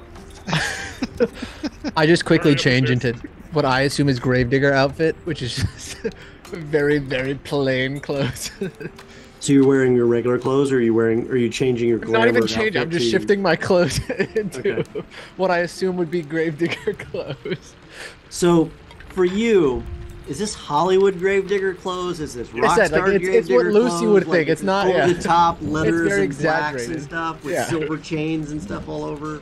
Oh yeah. It's like if he was a gravedigger on a Broadway show. Like Yeah, it's okay. a costume. Exactly. But okay. All right. So you guys are going to stay back. Turja and Sim are going to go forward. Okay. Turja and Sim, you guys set out for the night. Taking your quick walks through the various different roadways, staying out of the light as much as possible, but not looking like criminals the whole way down there. You cross the bridge and you make your way back along the route that you need to get down to the Blown Daughters. The lights are out in the front. The lights are out in all the shops on the ground floor, except for the drift globes that are on opposite sides of the market square. There's not much in the way of light. There are a couple lights on at the very top in the dormers. On the 3rd floor, or the 2nd floor, or the rooftop area above the 2nd floor. But not much Of the else. Chablon residence? Of the Chablon residence. Okay. The front door is relatively shaded in shadow. I have a cloak of elven kind, so I tell Sim, go to the other side and stay out of sight and wait for me, and when the door's open, come over and walk in like you belong. Of course, yeah, absolutely. Sim, do you do that, or do you do something else? No, I will. I'm on my best behavior, I promise. Okay. She promised, and she's Fae. She has to follow the promise. Well, I don't recall her being philosophy. Fae, but I do recall her following a promise. So, I'll do like the foot up on the wall, arms crossed, just like being a real cool hooligan, just hanging out. all right. Okay, so you sit back and kind of nestle into the market stall area, hiding underneath some of the awnings of some of the more emplaced tents that are in the area. Turgia, what are you doing? Are you working the lock? First, my cloak of elven kind hood is up, so that gives me advantage if somebody's trying to spot me, and yeah, I'm working the lock. Okay. Trying my best to look like I'm having trouble with a key as opposed to picking a lock. First thing I'm going to need you to do is make a stealth check. This check has nothing to do with your hood. It has to do with the noise you're going to make picking the lock.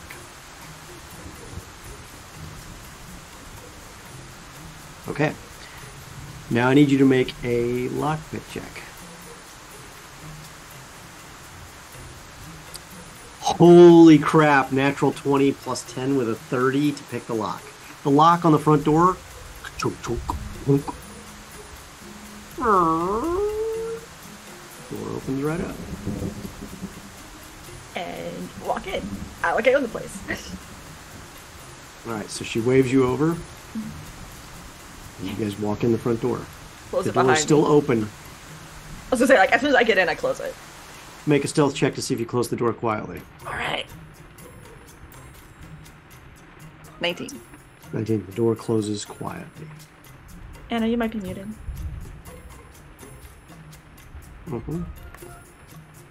Okay. Yes, Anna's mic is muted. From there, you look around. It is dark. There is no real light here anymore. The only light you see is the light that's coming in from the distant drift globes through the area. So you catch the faint glass and metals, and you hear the light sounds of the gears turning and stuff like that. And you smell the faint smell of ozone.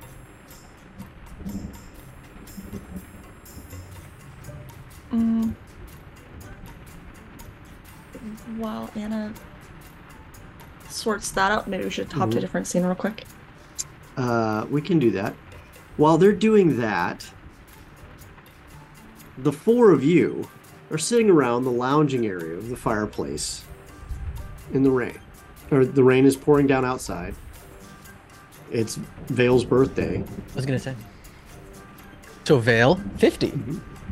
Indeed, it's my mom's birthday too. She's 400. We share the same day.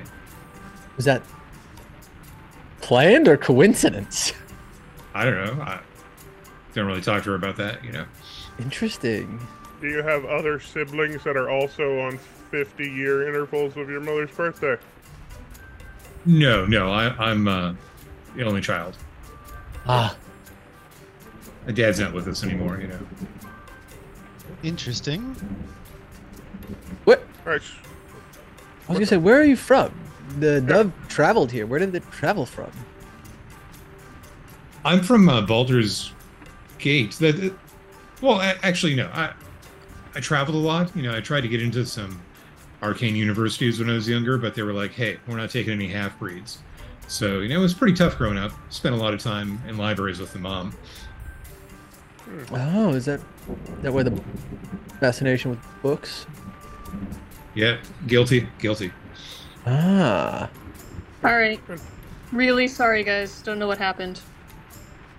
I am curious, Vale. You said you're from Baldur's Gate, sort of? Does that mean your mother is from Baldur's Gate?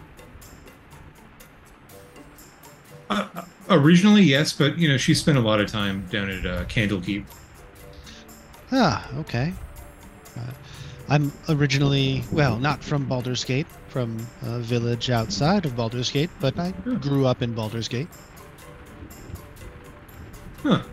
I mean, not a bad city, good street food. It is a city of charm, as long as you avoid the alleys. Garlo's looking at the window. It's like, are you guys sure you don't want to go to the graveyard? Are we voting? Because I would vote to go to the graveyard. I'll go with you, Garlo, if it'll make you happy. It seems like, we're not doing anything. I want to. Garlo and I just start walking out. Let's go. Garlo, stop whining. And with that, we pop back over to our 2 intrepid ladies out for ladies' night. Hey, Brianna, if you can rotate sideways that camera for me real quick. See if that helps solve that issue. Solve what issue? You're horizontal. Rotate. There we go. Boom. Now you fit. Beautifully. And is it in place there? No, I'm holding it. Okay, don't do that. Put it in a place where you can't. Not read. Okay. Wait, what? Well, No, I moving really on. Can't. We're going to then figure out what to do next here. So at this point, you're now in the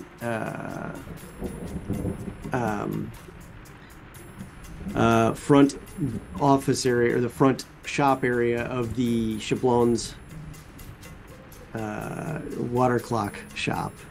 You can't really see very well because the only light that's coming in is from the 2 drift globes that are far distant away. I cast dancing lights very quietly. Okay. Multiple globes of light immediately shoot out. Can you keep them low on the floor? Completely lighting up the room. Everybody outside can see light coming from the windows. Yep, they're off. Turn them off. Turn them off. Okay. Boom. They go back off. Okay, so you were here earlier. Where do we need to go? I point over by the desk with the papers and the drawers, and I say, "We need to search those very quietly. Look for anything on the passage and what we do on the other side of the portal when we go through the water to do the heist." For what? The countertop? Where are you searching? The desk and the drawers. The desk and the drawers. You said there was a work room. area in the front near the in the shop area. Yeah. Okay. I'm also going to imagine there's a candle, just one little candle around someplace. Well, there's a couple of them. They're not lit. There's actually lanterns in this area. I don't want a big light. I was thinking just a candle light, and I can use Druidcraft to light that, so that way it's a softer glow for us. Yep. And try my best to hide it too, so that way it doesn't blow up the room. You absolutely get a tiny little candle. I whisper to Sim, "Make sure you put that back exactly where you found it before we leave." Okay, yeah, I got it. No problem. Exactly. Exactly. It was right. I promise. It'll be there. I promise. Okay. Start digging through the thing to see if we can find that paper or information that might be relevant. Okay. Make a investigation check.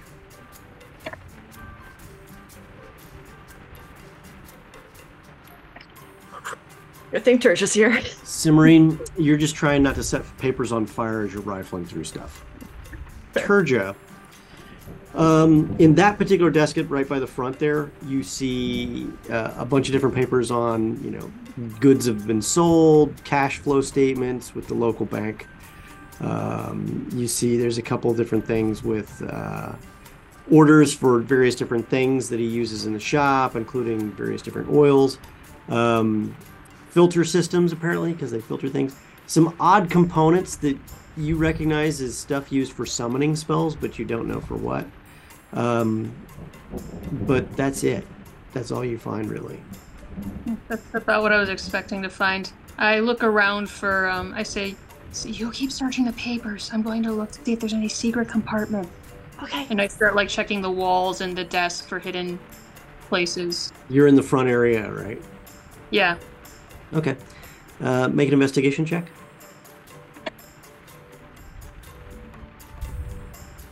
You don't find any. No, I didn't really. Okay, I go in the. I tell her. I say, I'm going to go in. I'm going to go in the back. Do you want me to come with? No, keep looking at the paper. Okay, for your next investigation check, Turja gets +1 to investigation, thanks to Peron24. Thank you so much, Peron24. I go in the back in the workshop area, and I look It around is for dark. compartment. Absolutely dark back there. Are there any windows here? Nope. I cast a single dancing light, and I keep it really close to me. That's when you see the stairway that spirals up. Okay. I look around the bottom floor first for any, like, secret compartments or... I was walls more or- interested in making sure you understood that light could go up that stairway, but just so you know. Right, so you're That's gonna why look I've for... only got one, and it's very close to me, and it only casts dim light. Yeah. Okay. So, what are you trying to do now? You're searching for what? Where? So Secret in the room compartments there or is... the walls or the floor. Okay, so you're going to do a lot of looking around. Okay, make an investigation check, and then we'll add +1, thanks to Peron24. Natural 20, making a 26. 27 with payroll. 27 with the roll. Okay, so you start looking around, and there are a couple different little loopholes and spotted areas. But the one that's interesting is the roll top desk that you didn't get to see open when you were back there. It opens up, and at first it's a roll top desk, and you see, some papers and some other things there too. But as you flip around, you see one of the little knots of the wood, and you happen to press in on it, and you hear something click. And then you pull open what appears to be the front of what looked like a face of drawers, and it really is, then pulls out on a hinge, and you see there's a safe behind it. A small one. I move to the front really quickly and tell Cimarine, okay, I found something. Put everything back the way you found it. I think if this is either it or there's nothing here at all. So clean up, okay? Okay, I'm on it. Quietly. Yes, of course. And then I go back over to the back and I look at the safe. Okay. It is a closed, locked safe. Keeping my cloak. Is the door vertical or is it like in the ground so that I'm opening it up? It's in the side. It's in the front of the roll top desk, so it's Okay. right in front of you at desk height. It's approximately 12 inches high by 18 inches wide. Okay. Do I need to pick a lock? You can certainly try to open it without it. You want to try to pick it up? You just want to try to pull the handle and see if it opens? Yes, as quietly doesn't as open. possible. That's what I It was doesn't open, expecting. yeah. So pick it. Yeah, you can certainly try to pick that lock. Holy crap! Well, you hear the lock pick, but then I need you to make a dexterity check. A dexterity saving throw, actually. I mean, props for the 30, though. Holy No smokes. kidding. Yeah, I mean, natural 20 with plus 10 is that's your second 30 for the night for picking locks, by the way. You do manage to avoid the as two very sharp miniature needle spikes pop out and then pop back in. Ooh, this is gonna be good treasure. They were dripping with something. Yeah, that's why I know that this is gonna be really good treasure. The door, you hear the clunk clunk as the door is unlocked. I am not waiting around to have Shelblone hear things, so I'm just going to grab everything, put it in my bag, and... Well, the door opens.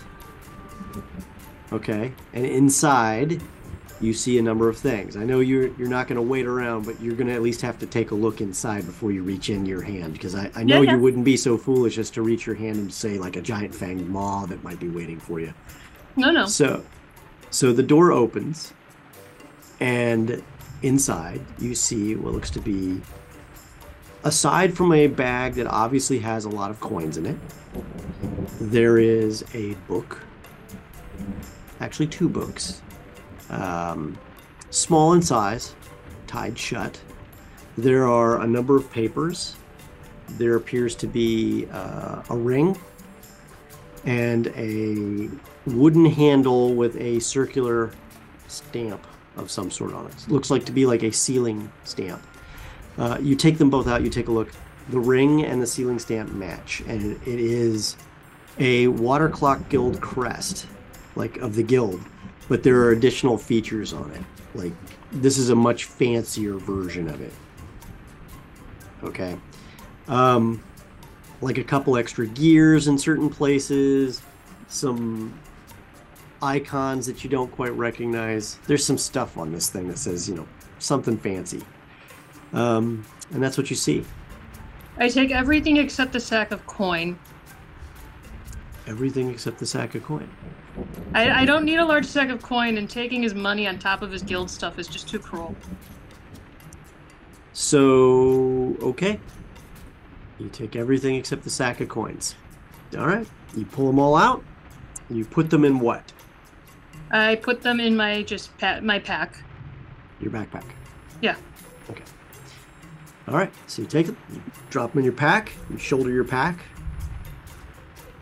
I close everything up. Make a stealth check. Let's see if my fantastic luck holds up. 22. Okay.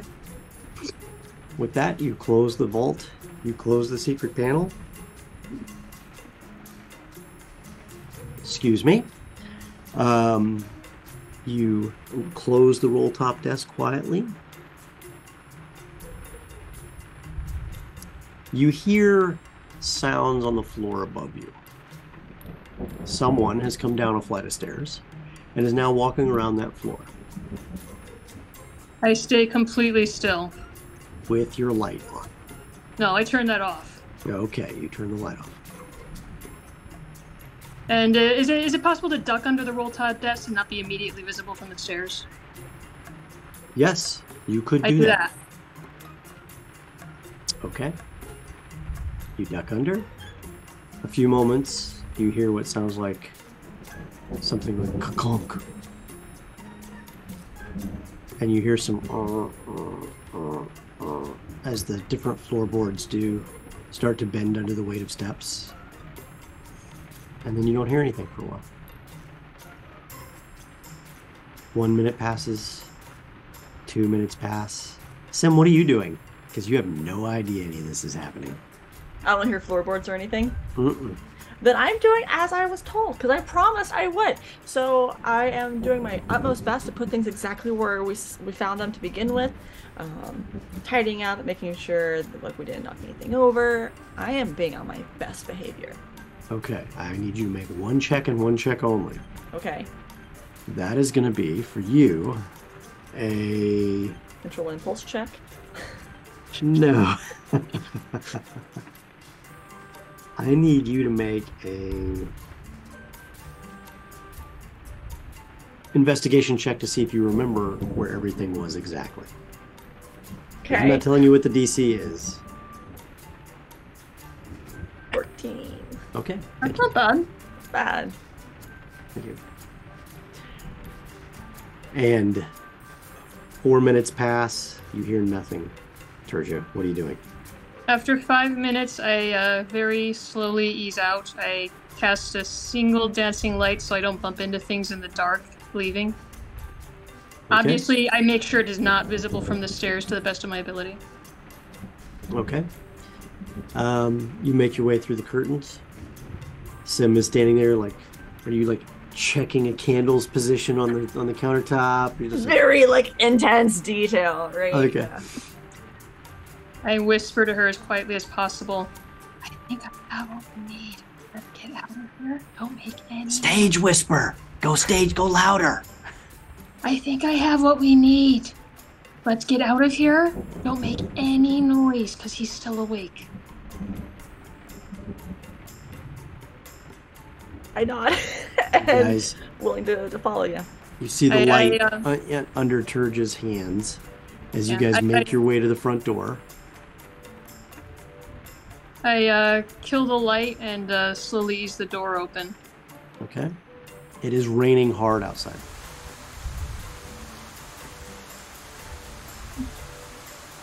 We close the door as quickly. We go out and close the door as quickly as possible because we don't want the noise of the rain to carry upstairs.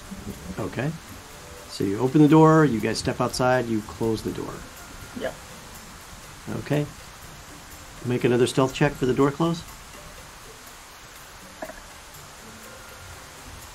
Only 7. 14 actually. Sorry, I rolled sleight of hand and not stealth. So, all right. Cool. All right. Door closes. I just say, walk off. I whisper to Sim, let's walk like we belong here, and just we saunter off down the street. Walk with our cloaks up casually. against the Yeah, okay.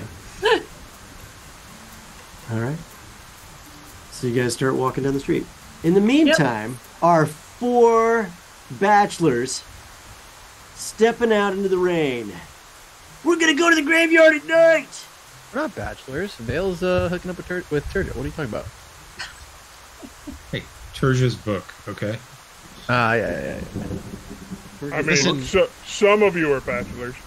Listen, your relationship Oh, with that's Turja's right. book is what it is. Garlo just mentioned he's got a girl. I'm not putting any labels on it. I mean, it's just kind of what it is. We're being casual about it. Same one from the other night? Mm-hmm. Good for you. She seems nice. You got, what, Emily? Emily. You got Emily, Vale's got Turja. It's just me and Rafe over here playing the single man's game. Right, Rafe? You mean single man? You got, isn't it James?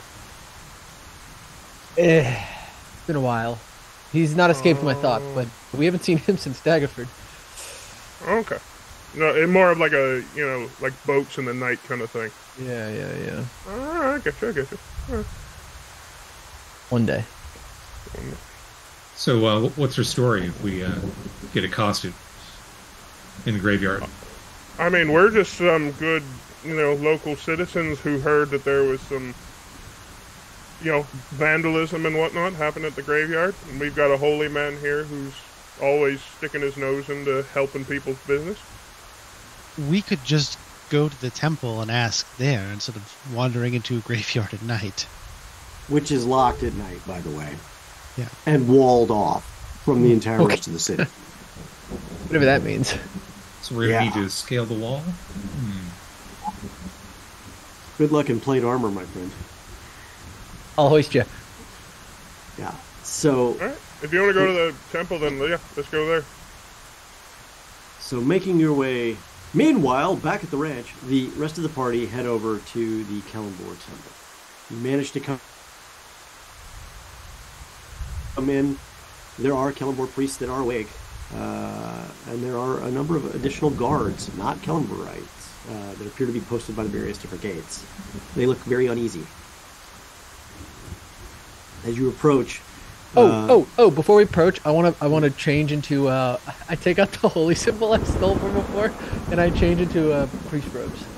Which holy symbol of which priest, of which god? I don't know that it was described. It was just a holy symbol that I picked up, so.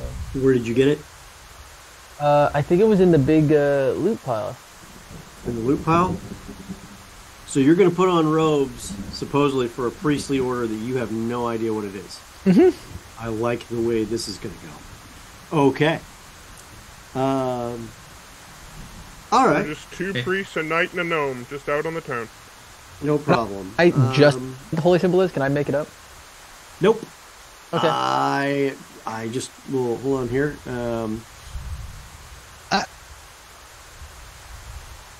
I'm pretty sure that you would be getting the most penetrating side eye from me right now, Luciano.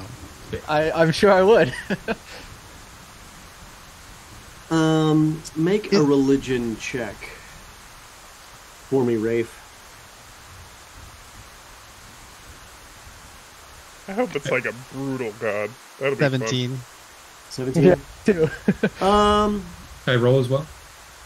Yeah, you can. You absolutely can. With his luck, it's going to be ball. fun. Wow, 217. So, the symbol is, it looks like, a handle, and then you see coming from the handle like this swirl of a different set of lines that each end in what looks to be like a spike. And the more you look at it, you realize it looks like a cat o' nine tails whip. Oh, Rafe, you immediately recognize this as the symbol of Movatar. Yep. An aggressive, domineering, and fearless patron of torturers, sadists, and bullies. I love it.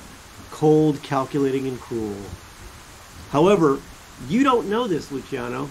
Yep. And you think this is the... I need you to make a no, not a wisdom check. A history check for me. History, you said? Mm-hmm. I'm actually pretty historical. 13. Yep, this has got to be a goddess of wind. See how the things are swirling? That's yes, wind. okay. God of Wind. Yep. Can't wait to see how you're going to just play this up right now. Luciano, I'm really curious. It's Brother Alderon, thank you. Right. What is the name of the god that you are serving? That's a good question. I'm sure it's something to do with air, storms maybe? Storm god, sure. I mean, don't gods have lots of names? Yep. Not Zephyr the storm god. Yep. That's one, okay. right? No. Now. It's a small order, brand new god. At that point, the two Kalimvorite priests who were talking in the distance see you. One of them you recognize as the priest who was there the night you came in the first place, like the actual priest, not the acolyte. And he comes over. More priests. Oh, it's you. How are you today? And you brought... And he kind of looks at you very funny for a minute, Luciano. Kalimvor takes them all. And then Vale, are you wearing your garb of Agma? No, it's still just all black. Kind of the armor, but blacked out. Okay. What brings you out on a wet night such as this? Well, earlier today we were in the graveyard. Well, some of us were in the graveyard. And we felt a pulse. A tremor that affected... I think everyone in the graveyard, as most people left not soon after. Is that common? Well, I don't know what people felt, but we felt this tremor, this pulse of darkness. I feel it's even hurt our tether to Kalimvor himself. Not by much, but we do feel its tug. Would I be incorrect in surmising it originated under the graveyard? We can't tell exactly where it's originating from, but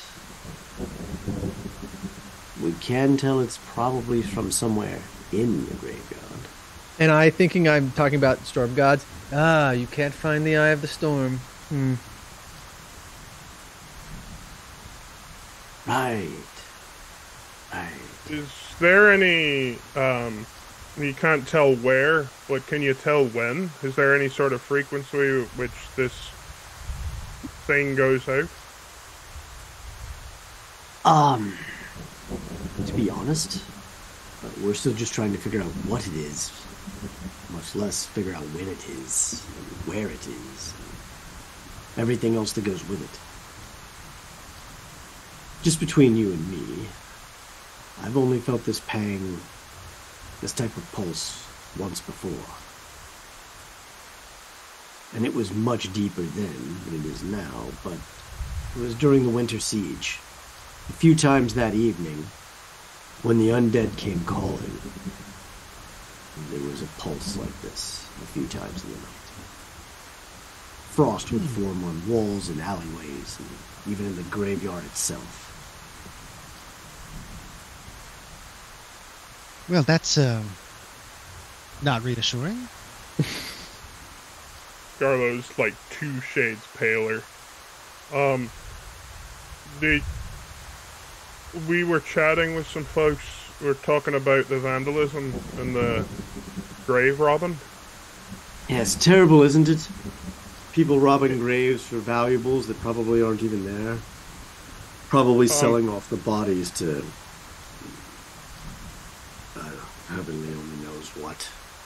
Have any of you, not that it is anything nefarious more than just grave robbers, but have any of the priests done checks for undead and unliving things? Well, I mean, if we saw them, yes, but we haven't seen anything.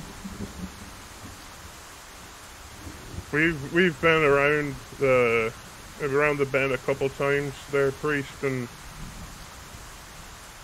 we've seen dead rise in large groups, and we've seen empty towns of people walked away. When you say empty towns of people walked away, what do you mean? Like there were folks, and then there were no folks, no bodies, no anything left.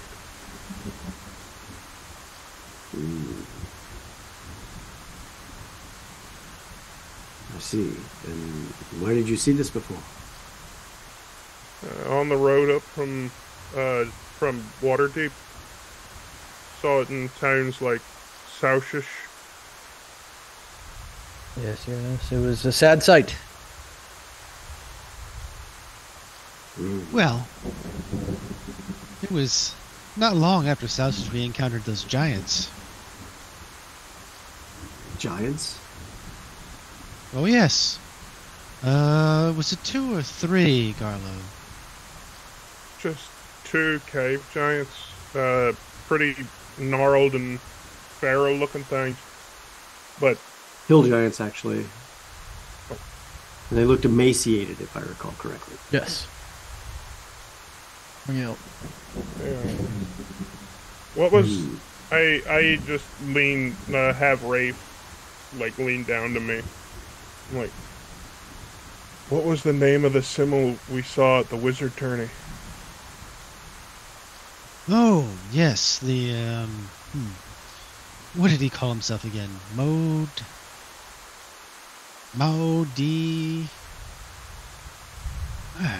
Some sort of necromancer. Is that something we need to mention to them? Is it something like he might be coming? It was Magra, if I recall. Magra. If you actually cannot remember, it's Magra. Out of character, Rafe is not that brainy. He would not remember that without referring to his notes. Okay. In the middle of a rainstorm, in the middle of the night, in the city, he's not going to know what it is. That's fair. Well, actually, yes, this order is sworn to fight necromancers, so I suppose perfect. It would be of interest. What's your name again, priest? It's not relevant. Oh, what is relevant? Sure? Not relevant. I like to address everyone by their name. Well, you'll have to check your thorough notes that are better than your DMs right now. Hold on a minute. I could go back and through this if you want. No, it's all right, priest. Have you ever noticed a symbol that's a triangle with a skull in it? The minute you say triangle with a skull in it, he snaps and looks straight at you.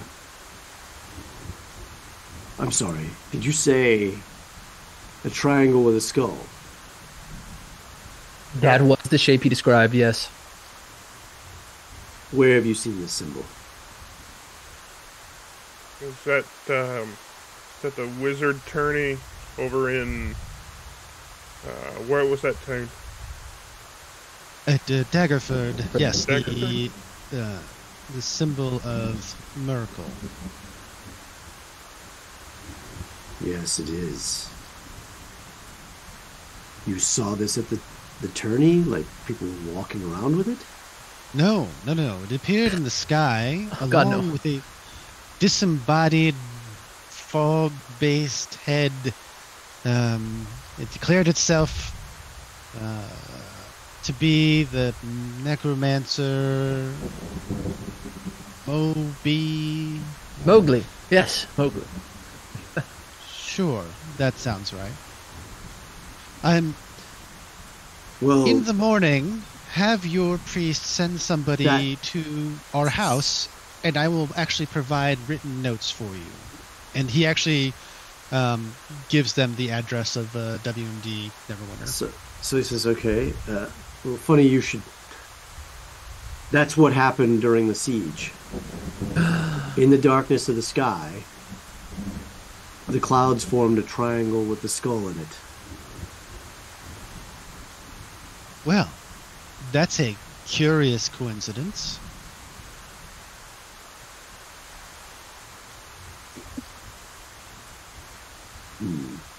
It's like this. When that pulse arrives, we think we can figure out where it is. There's 2 or 3 priests standing in different places. We take a finding on it, and we start to walk towards where we think it's going to be. We then converge on a certain point, and there's nothing there. I mean, nothing of consequence. I mean, once we thought we had it when we got to a certain mausoleum, but then the pulse hit again. And it wasn't the same spot anymore. It was a few hundred feet away. Like it's moving? Yes.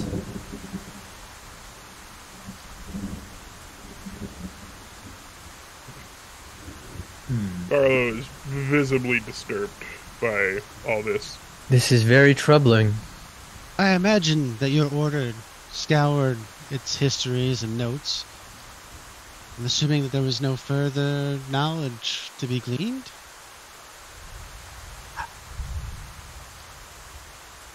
Merkel is a god of death in the worst possible way. I couldn't tell you much more than that in terms of he's never really done anything here for the longest time. We assumed that it was a prank or an additional portent of an angry wizard.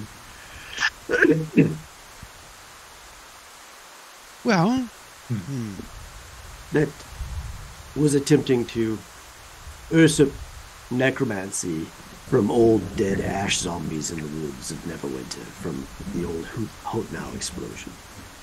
That being said, you saw this down in Daggerford. Dark portents indeed if it's in more than one location. yes, in Daggerford, and then again a little bit closer to Waterdeep. It seemed to be moving northwest at the time, although many of the Waterdeepian forces rode to the east to face it. I'm not sure what the outcome was, though. The god of decay and exhaustion, lord of the dead. Woe be us all if his portents or harbingers are coming.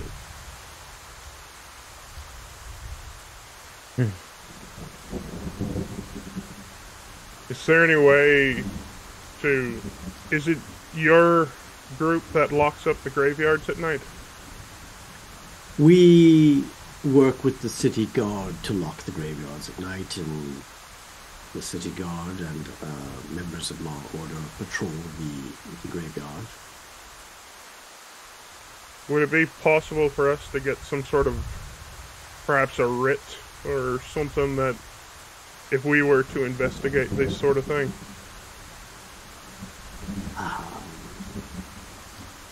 I'm afraid that is a bit much to ask, especially with a priest of Gond, a member of an unknown order, and then someone who represents the goddess of pain.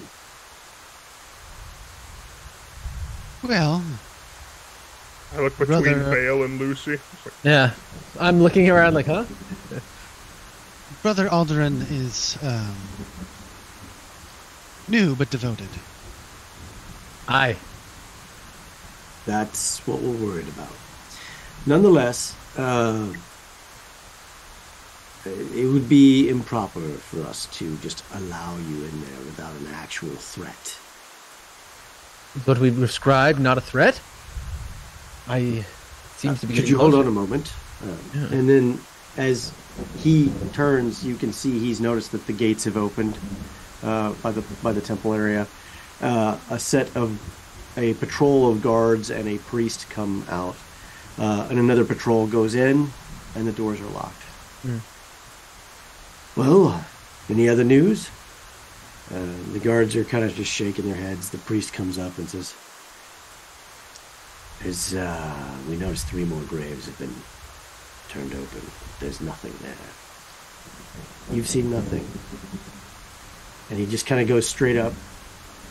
Make a perception check, everyone. Who's there?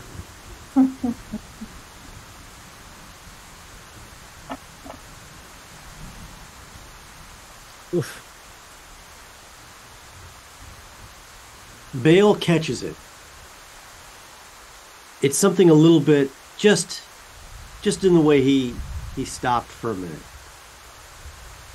The priest stopped, eyes somewhat stare straight forward, and he says, "There was nothing we could see." And then he goes right back to being, a slight tick, and then he's more relaxed again. But he goes rigid for a minute. There was nothing we could see, and then relaxes briefly. That's it. Was this the returning priest that was This just was the beside? returning priest.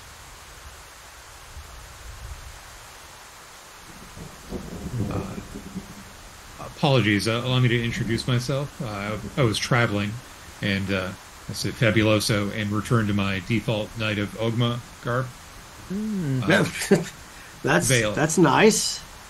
Vale. Yes. Traveling researcher. I was just wondering, do you maintain like a library or archives here of records of the library, your patrols? Well, I mean, we maintain a record of who's working shifts, I suppose, but we also maintain records of all the dead and each and every one of the gravestones, except for the paupers area, which is a mass grave area. It's mostly been overturned recently. See. Yes, I mean, reasonably, most of what our records are is if there's incidents, which there hasn't been in quite a few years up until recently. Come daylight, is that something I may be able to look at as a favor from one scholar to another? The records are not secretive enough or hold any sensitive data that we're concerned about, so yes, as long as someone can look over your shoulder and watch your every move, that's fine. Of course. All right. The only thing we would ask is a proper donation, if it would. Understood. Would a Just a as it would donation- be if we went to Ogma herself. Would a donation of my knowledge suffice in this case, or would you prefer coin? Well, what type of knowledge would that be? Well, I did offer to provide a more detailed written account of what we saw in Daggerford, if you wanted that. I suppose that would be a fair trade. Let us work together, brother. Keep an eye on that one with the whips. It's very, very creepy. Blessings to you. I certainly hope not. Yes. The earth of these graves that are disturbed, is it dug up and replaced, or does it just look like it's been moved around? Oh, that is a very good question. The graves, as near as we can figure, it's... Well, we're having trouble figuring it out. That's the thing. I mean, it doesn't look like it was neatly dug up and then left out. It looks like it was dug up and then shoved back in haphazardly. But it's not even done, like, to hide it. It's like someone took all the dirt out, churned it all up in a blender, and then threw it back in. Dirt from the bottom's at the top, grass is at the bottom. There's no body in there anymore. We've dug through them enough times to know that there's no bodies. This is the second time I'm asking this question today, and it still feels foolish. Does it look at all like perhaps these bodies dug themselves up? He pauses for a minute. I can't rule it out, I'll be honest. But I hadn't really thought about it that way. I certainly hope you're wrong. Me too. I kind of put a hand on Garland's shoulder. It's okay. And now we switch back to the ladies. Ladies, during your walk back,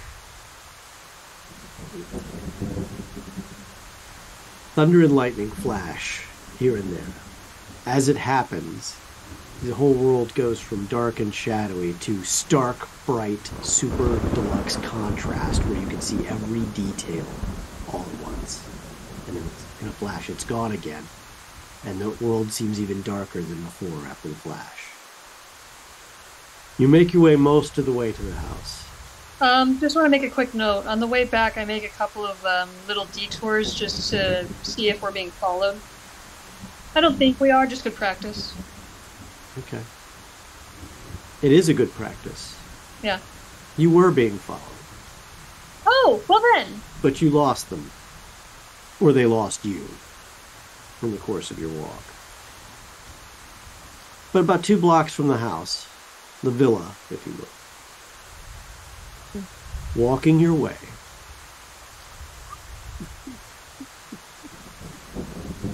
ah, there you are. Where's your friends? Are they already in the house? It's Dalaton. Yankin Dalaton. Why do you want to know? Well, I know you were at a certain clockmaker's house today. And we're just making sure that you're on track. If you need any more help, that's all. I mean, did you find anything interesting at Whitewoods? I grabbed Tertia. I'm afraid not. Ah, that's too bad. Well, I wish you the best of luck. Would you like me to walk you home? No. Certainly. Why not? Well, you do make good company. Tell me. Tell me. What do you think of this oddly dark and rainy weather? Is it unusual for Neverwinter? Well, it stormed for 6 hours straight. Was it not I've never supposed seen to? it storm. Oh, most of the time, thunderstorms off the coast, they rain like hell for an hour or two at most. Usually it's 5 to 10 minutes, and then it's gone. I mean, storms like this could come through, I guess, but I've never seen one in the short time I've been here. Messes up my hair.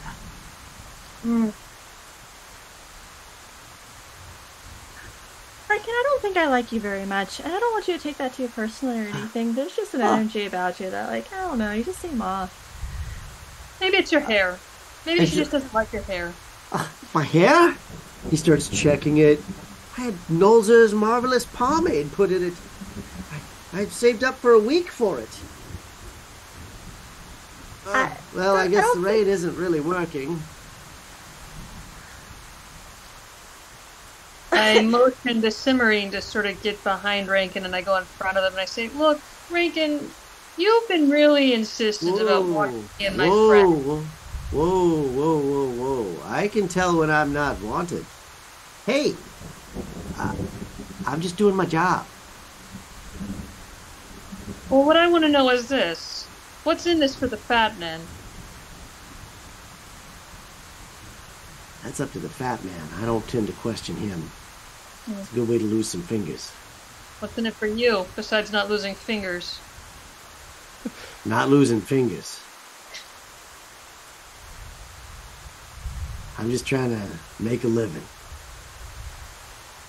Oh. Bear in mind the fat man's not the only person who can cut off fingers if it comes to it. Duly noted. Now, let's say we head back for some warm hot chocolate.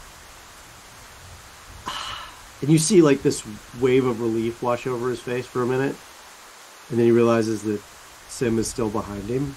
And I want to just like take a moment with my hand, barky hand, to like, just scratch the back of his neck a little bit. Just a little. Some hot cocoa would be really amazing right now. If you'll allow me to accompany you for it, I won't be a bother. Cimmerian, what do you think? I guess. I still think it's a bad idea for the record, but I guess. Well, let's go home, everyone. Yeah, please, anything beats just standing in the rain waiting on you. We can make this a very, what's the word I'm looking for? Mutually beneficial relationship, perhaps? Not sure how mutually beneficial this can be when you're reporting to somebody else, pal.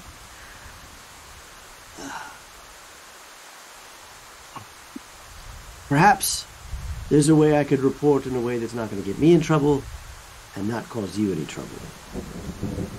As long as I keep my fingers, I'm a happy man if you are. I think that's an excellent idea. Let's be honest. You've probably paid me better than they have. Than anyone who's come in here. And you've treated me nicely, not like just some stick in the mud or some erstwhile slave or urchin for you who has to do your every beck and call. For that, I can appreciate a little bit of honesty. Well, speaking of payments, I'm sure we can find our way to give you a bit of a bonus if we're pleased with your performance at the end of our sojourn here. Well, I would certainly like to earn any bonus I can. So, shall we? Yeah, let's get going. You guys make it in, and you go right in the front door of West Mercantile Diversified, and sit down. By the way, the boys didn't clean up at all. They left cups all over the coffee table. They left the plates there for whatever snacks they decided to eat. Gherkin didn't touch it. Gherkin's up in his room, or maybe somewhere else. Who knows? You don't know where Gherkin is. This reflects worse on. It's like 3 in the morning. Yeah, at honestly, this point, it does. So it's irrelevant. Yeah. Yeah. Gherkin's really a slut. Yeah. Back to the boys, gentlemen. He sends an assistant with you. You get back to to go to get that information right away. With that, you provide him the name of Mogra, Harbinger of the Avatar, Harbinger of Altasar Mortis. Yep.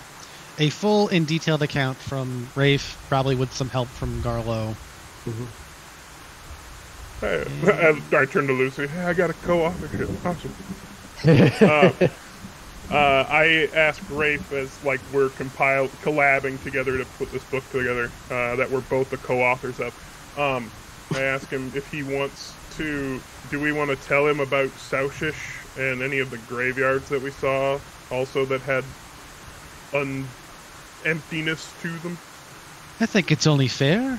Hopefully we'll get something good from their records. And it doesn't hurt us to give them more information. I get out my book as this is going on, and I sketch a little note saying, pretend I'm telling you a joke, and I share my insight about the thinking that the guard had kind of a rote answer. No, it wasn't the guard. That was the priest who did that. Oh, the priest. It was the priest who had just come from outside.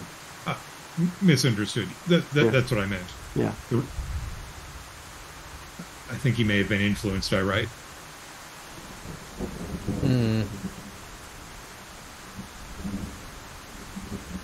This is very good information in general. All this about the symbol, the graveyards, the range of the graveyards.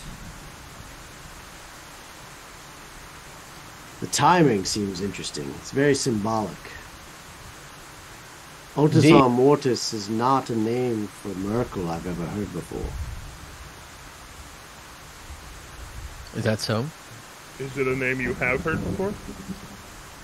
It's never a name. It's not a name I've ever heard before. And that's when the girls have realized you guys have come in, because they decided to go sit in the kitchen instead of sitting out there with the mess that you guys created. Bold of you to assume Sim cares about a mess. I was gonna say no, but you guys decided not to just hang out there. Yeah. You guys went in the kitchen, so then you came back out, and there's the guys along with a priest of Kalambor. New friend? Can I see that? I look at the whole symbol. Can I see that? You talking to Lucy or Kalambor? Kalambor. No. What? Okay. I appreciate it. Look from here. Hands off. Got it. Yeah. It would be inappropriate to just hand that over. Sure. I guess. I mean, sharing's all good and stuff, I guess. Up for you. It's fine. Really in our home. It's about you have to pay for replacements or what? He looks at you and he goes, it's just, it's not something that should be just handled. It's supposed to be honored, cared for, cherished, given respect. Looks like a necklace to me. Bold of you to come into this house and call her disrespectful. No, he has a point. It's fine.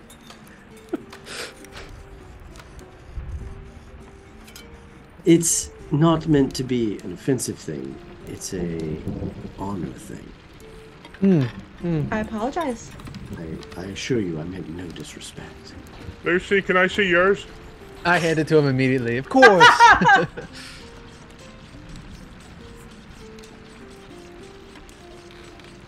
See how easy it is? Not as cool as I thought it was. Yeah. Yes. Thank you. So I'll see you in the morning for those papers. Yes. Until then. Great. May the storm god light your way home. Have a good one. I'm just like he really any has religious no idea what that symbol is, does he? I'm just right. You should wear that symbol out on the street more often. You will get a lot of attention. Well, I'm used to attention. Perfect. Wear it more. I promise you, someone will find you that you're going to very much enjoy finding you. I appreciate the insight. Thank you so much. Oh, they'll give you a night to remember. I'm very excited. I am now highly considering wearing this all the time. Perfect. Anyway, wink and a nudge. We'll have the records open for you when you get there. I bid you safe evening. Thank you so much, brother. Same 5 to in you. the morning, the brother of Kalambor, or the brother priest of Kalambor, steps out into the night, or the soon-to-be morning air, and heads his way back down to the temple to make his final report. We know it's 5 a.m. because my clock. Your water clock is on the mantle now. Useful. Do you think that thing's spying on us all the time now? It's definitely collecting data. Yeah. I mean, I should that- probably just get to breaking it, shouldn't I? Yeah. On that note, I'm going to turn and look at Terja and Cimarine. Good night. Is Rankin still in the room with us? Rankin is in the room. I said I'm afraid we might have to do something again tomorrow. This didn't go as well as I'd hoped. Ah, Unfortunate. that's unfortunate. Well, I'll see my way out. You have a nice night. I'll be back around noon. Should you need anything, I have to catch a few winks myself. Yes. I'll see you then. Thank you. I'll walk him to the door, Yes. and as he goes out, I say, I need a light. I need some sort of torch or a lantern that isn't gonna go out. Ooh, you want a hooded lantern? I need something that ain't gonna break either. I mean, if it has to be arcane, I had a bullseye lantern and it shattered on me. I need something tougher.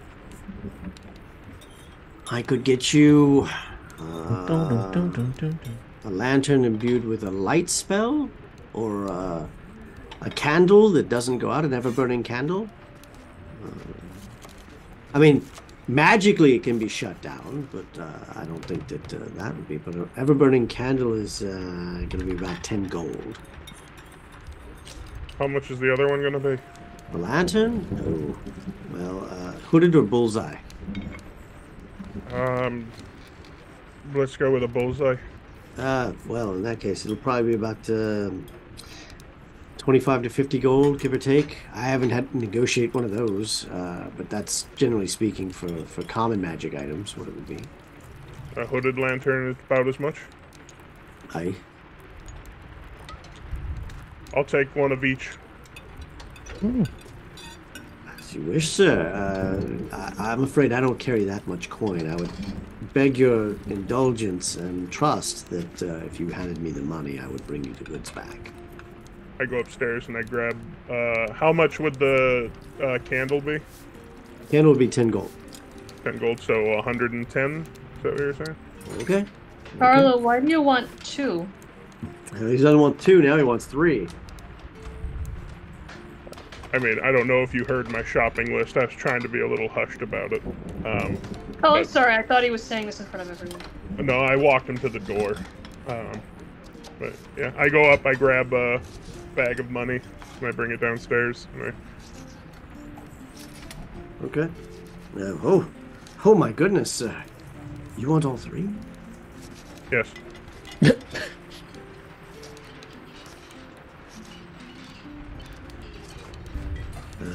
Okay.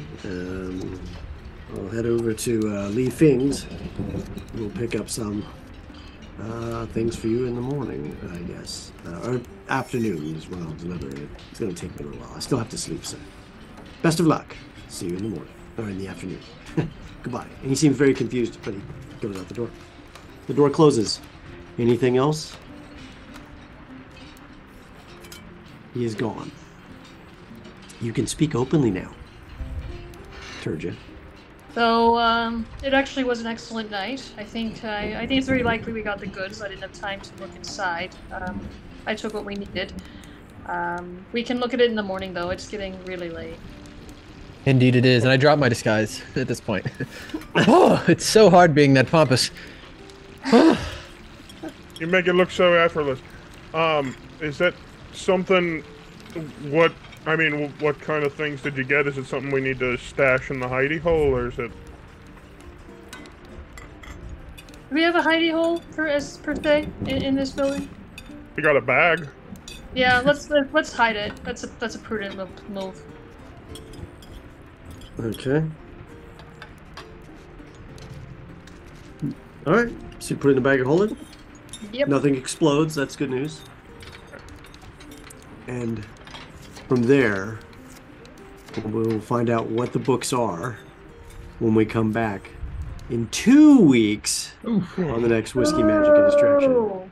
Yeah, well, some of us still serve in our country, and have military obligations in the reserves. So unfortunately, we will be 2 weeks. So a week off, and then we'll be back next week after that with Whiskey, Magic, and Distraction. Let's wrap up with some discussion on who. Anna, you want to tell them about YouTube? I would love to tell them about YouTube. Everybody, don't forget to subscribe to the Games Tavern YouTube channel right now. Subscribing is free, and once you have, you won't miss any of the action, and you will also get access to additional content. Remember that your likes and positive comments in the videos help other adventurers to find out about the shows, so go ahead and like and subscribe right away. Brandon, do you want to tell them about the next shows? Yeah, if you liked our stuff tonight, be sure to check out the other shows we have here at the Games Tavern. Q Crawl, Saturday at 3 p.m. Eastern, we have First Knights. That's our Star Wars TTRPG. Our young Jedi have a conversation with a man about a conspiracy, discovering where the corruption springs from. But before they can dig deeper, they have to prepare for their night trials and deal with the perditions of colonialism. And on Wednesday nights, you can explore the world of Eberron at Dirty Deeds at 7 p.m. Eastern. The crew is camped outside of the Dead Grey Mist, pending their venture into the Mournlands. A shadowy figure can be seen approaching them through the mists, and it's calling their names. That just sounds so radio show creepy the way you did that, man. That's beautiful. Thank That's a beautiful you. thing. Yeah, very, very good. An enormous thank you to Shard Tabletop for making this so easy. It doesn't just look easy, it is easy. It takes all of the hard work and thinking and a lot of the, mechanical bits of being a GM out of Reed's hand so he can make us do stupid things in character. So you can check it out in the link in chat. You can use the code TGTShard20 and get that 20% discount on your subscriptions. Seriously, check them out. You won't regret it. And with that, thank you so much for watching and your support tonight. We look forward to seeing you in 2 weeks on Whiskey, Magic, and Distraction here on the Games Tavern.